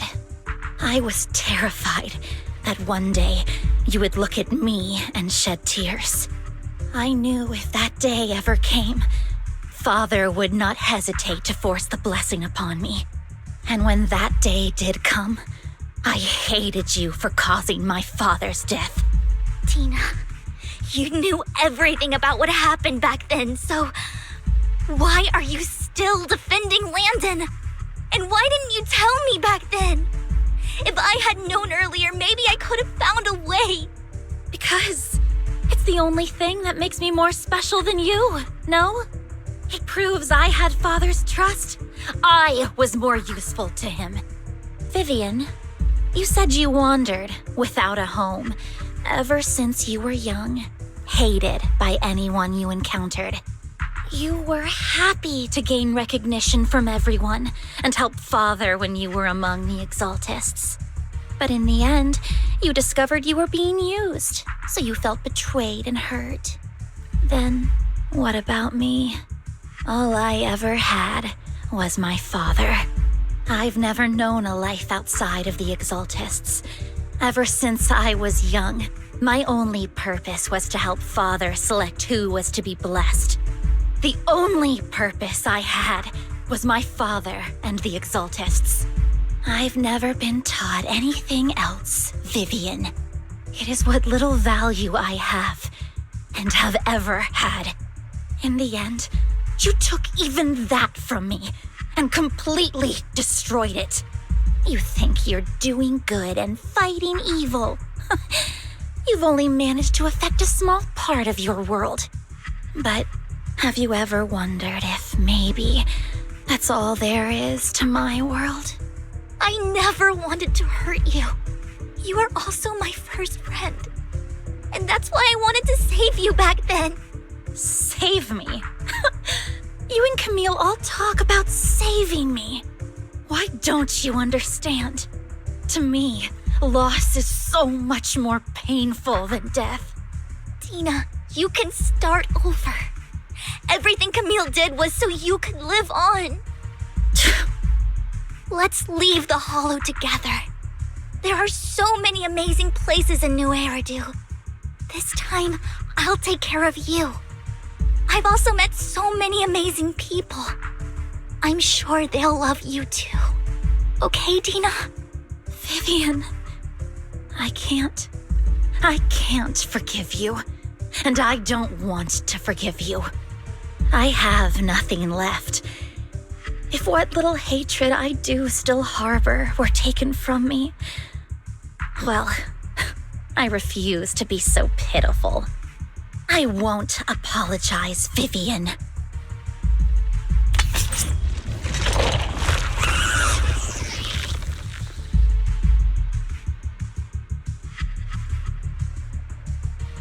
I don't want to hate myself, so I can only hate you for killing my father, and hate Camille for leaving me. That's just the kind of person I am, hateful and despicable. I refuse to owe anyone anything. I refuse to feel regret. I won't. Vivian, I will keep hating you. I will take all who are precious to you. I will also hate Camille, so I won't do as she wished and start a new life. Vivian, if you had never existed, if I had never, you would be... Lord Phaethon, please do not interfere. She was my first friend. I'm going to bid her farewell.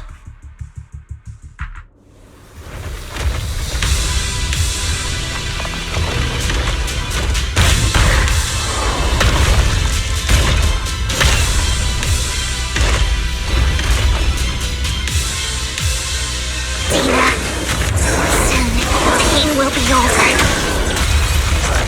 Lord Phaeton, don't come any closer!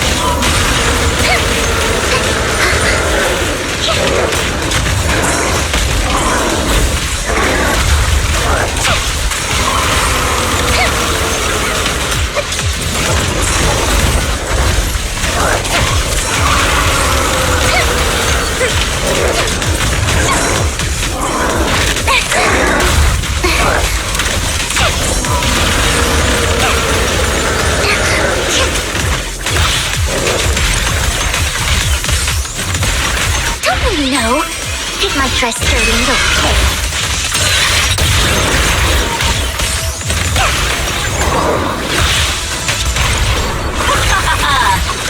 Where are you looking?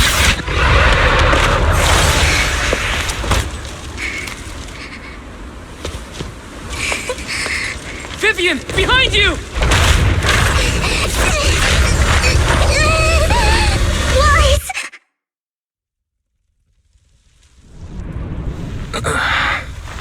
What happened? What the...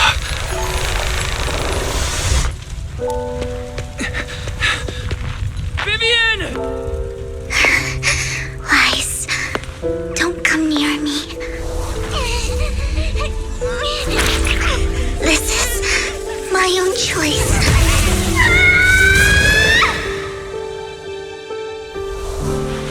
I will change the fate I saw. Vivian!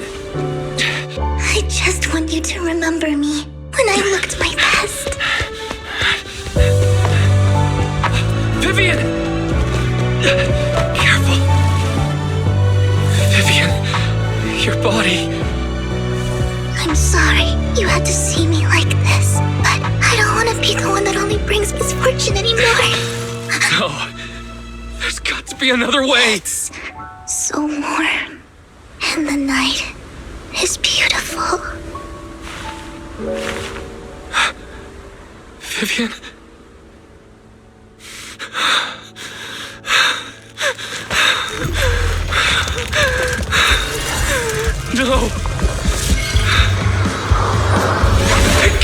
end like this!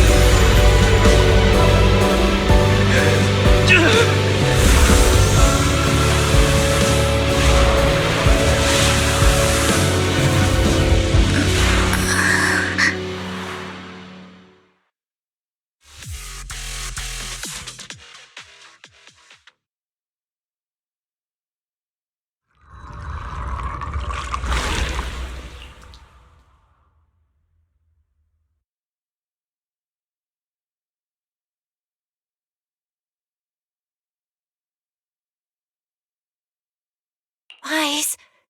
Wise! Wise, you're finally awake. I'm at the store? I remember I was with Vivian. Wait, she injected herself with Landon's serum. Is she okay? Hugo and Lycon brought you out of the hollow. You scared me to death. Thank goodness you woke up. And you said Vivian used the serum on herself? But she looked fine to me, bar a couple of scratches. Hugo sent me a message earlier saying he got her checked over and she was all right. Do you remember what happened? The situation was dire, so Vivian used the serum on herself to defeat the ethereals. I saw the crystallization process starting to occur. I can't describe exactly what happened.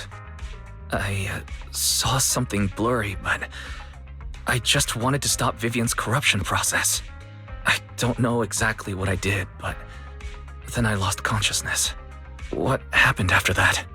When I let Hugo and Lycon there, it was just you and Vivian lying there on the ground. We couldn't wake either of you. Let's put that aside for now. Do you feel any discomfort-wise? I'm a bit dizzy, but otherwise, I'm fine. Don't worry. Phew, that's good. You should rest for tonight. Hugo and Vivian said they'll come over tomorrow, so we can discuss the details then. Okay. Sorry for worrying you, Belle. Good night.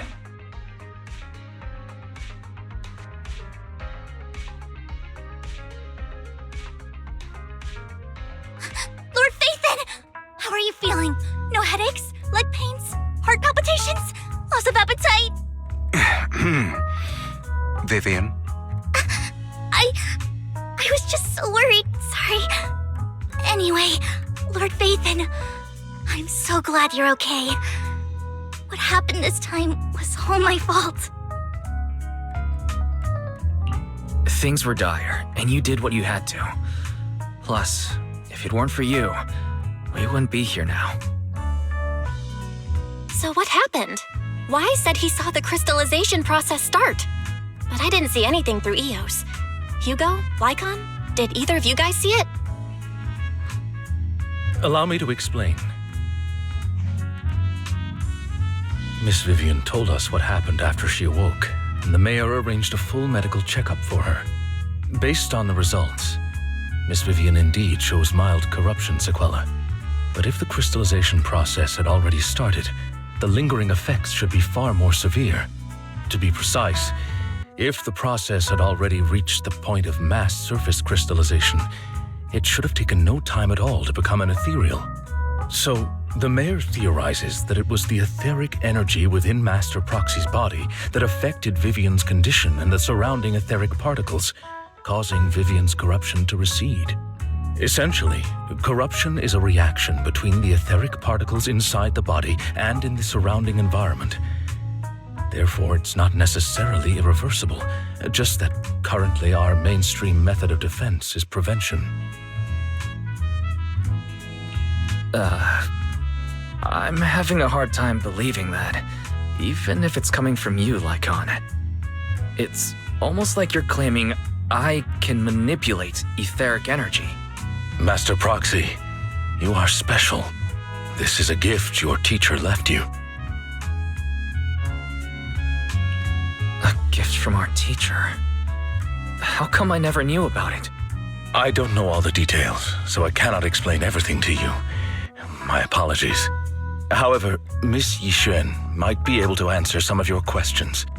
She will visit you sometime soon, so please feel free to ask her any questions you may have. She has quite an eccentric personality. If she causes you any inconvenience... Can I file a complaint about her with you if she does? Master Proxy, you have always been a people person, so I trust you will handle things just fine. The way you said that just makes me more worried. In any case, the mayor has asked me to give everyone his most sincere gratitude. Unfortunately, the mayor could not come personally, but has promised everyone a favor. Provided it's within his means, he will offer his unconditional assistance once. There is no time limit on this favor. Unconditional, What if I wanted his position as mayor?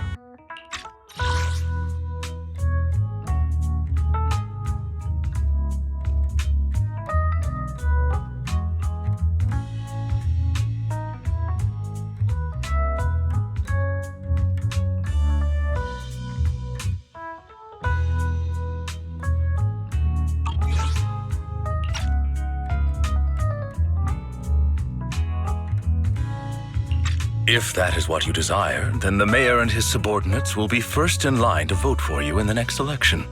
As for the other votes, you'll have to work for them on your own. But should you assume office, I hope you take full responsibility for handling all day-to-day matters and lead by example. By sheer happenstance, the mayor has provided you with a copy of his current assignment, the City Waste Sorting and Processing proposal. Old fox. Well, can I request Lord Phaethan's? The mayor imagined you might ask. I have prepared all the necessary documents, and the ceremony expenses will be covered by the mayor as a gift. As long as Master Proxy agrees, we can sign and process the documents immediately. But this matter requires mutual consent and cannot involve coercion, confinement, or one party's lack of consciousness. Stop! I would never do that to Lord Phaethan! Probably. At least not today. As for you, Master Proxies, the mayor has some sense of what you desire. That said, he hopes you might speak with Miss Yixuan first before you decide the timing of that favor.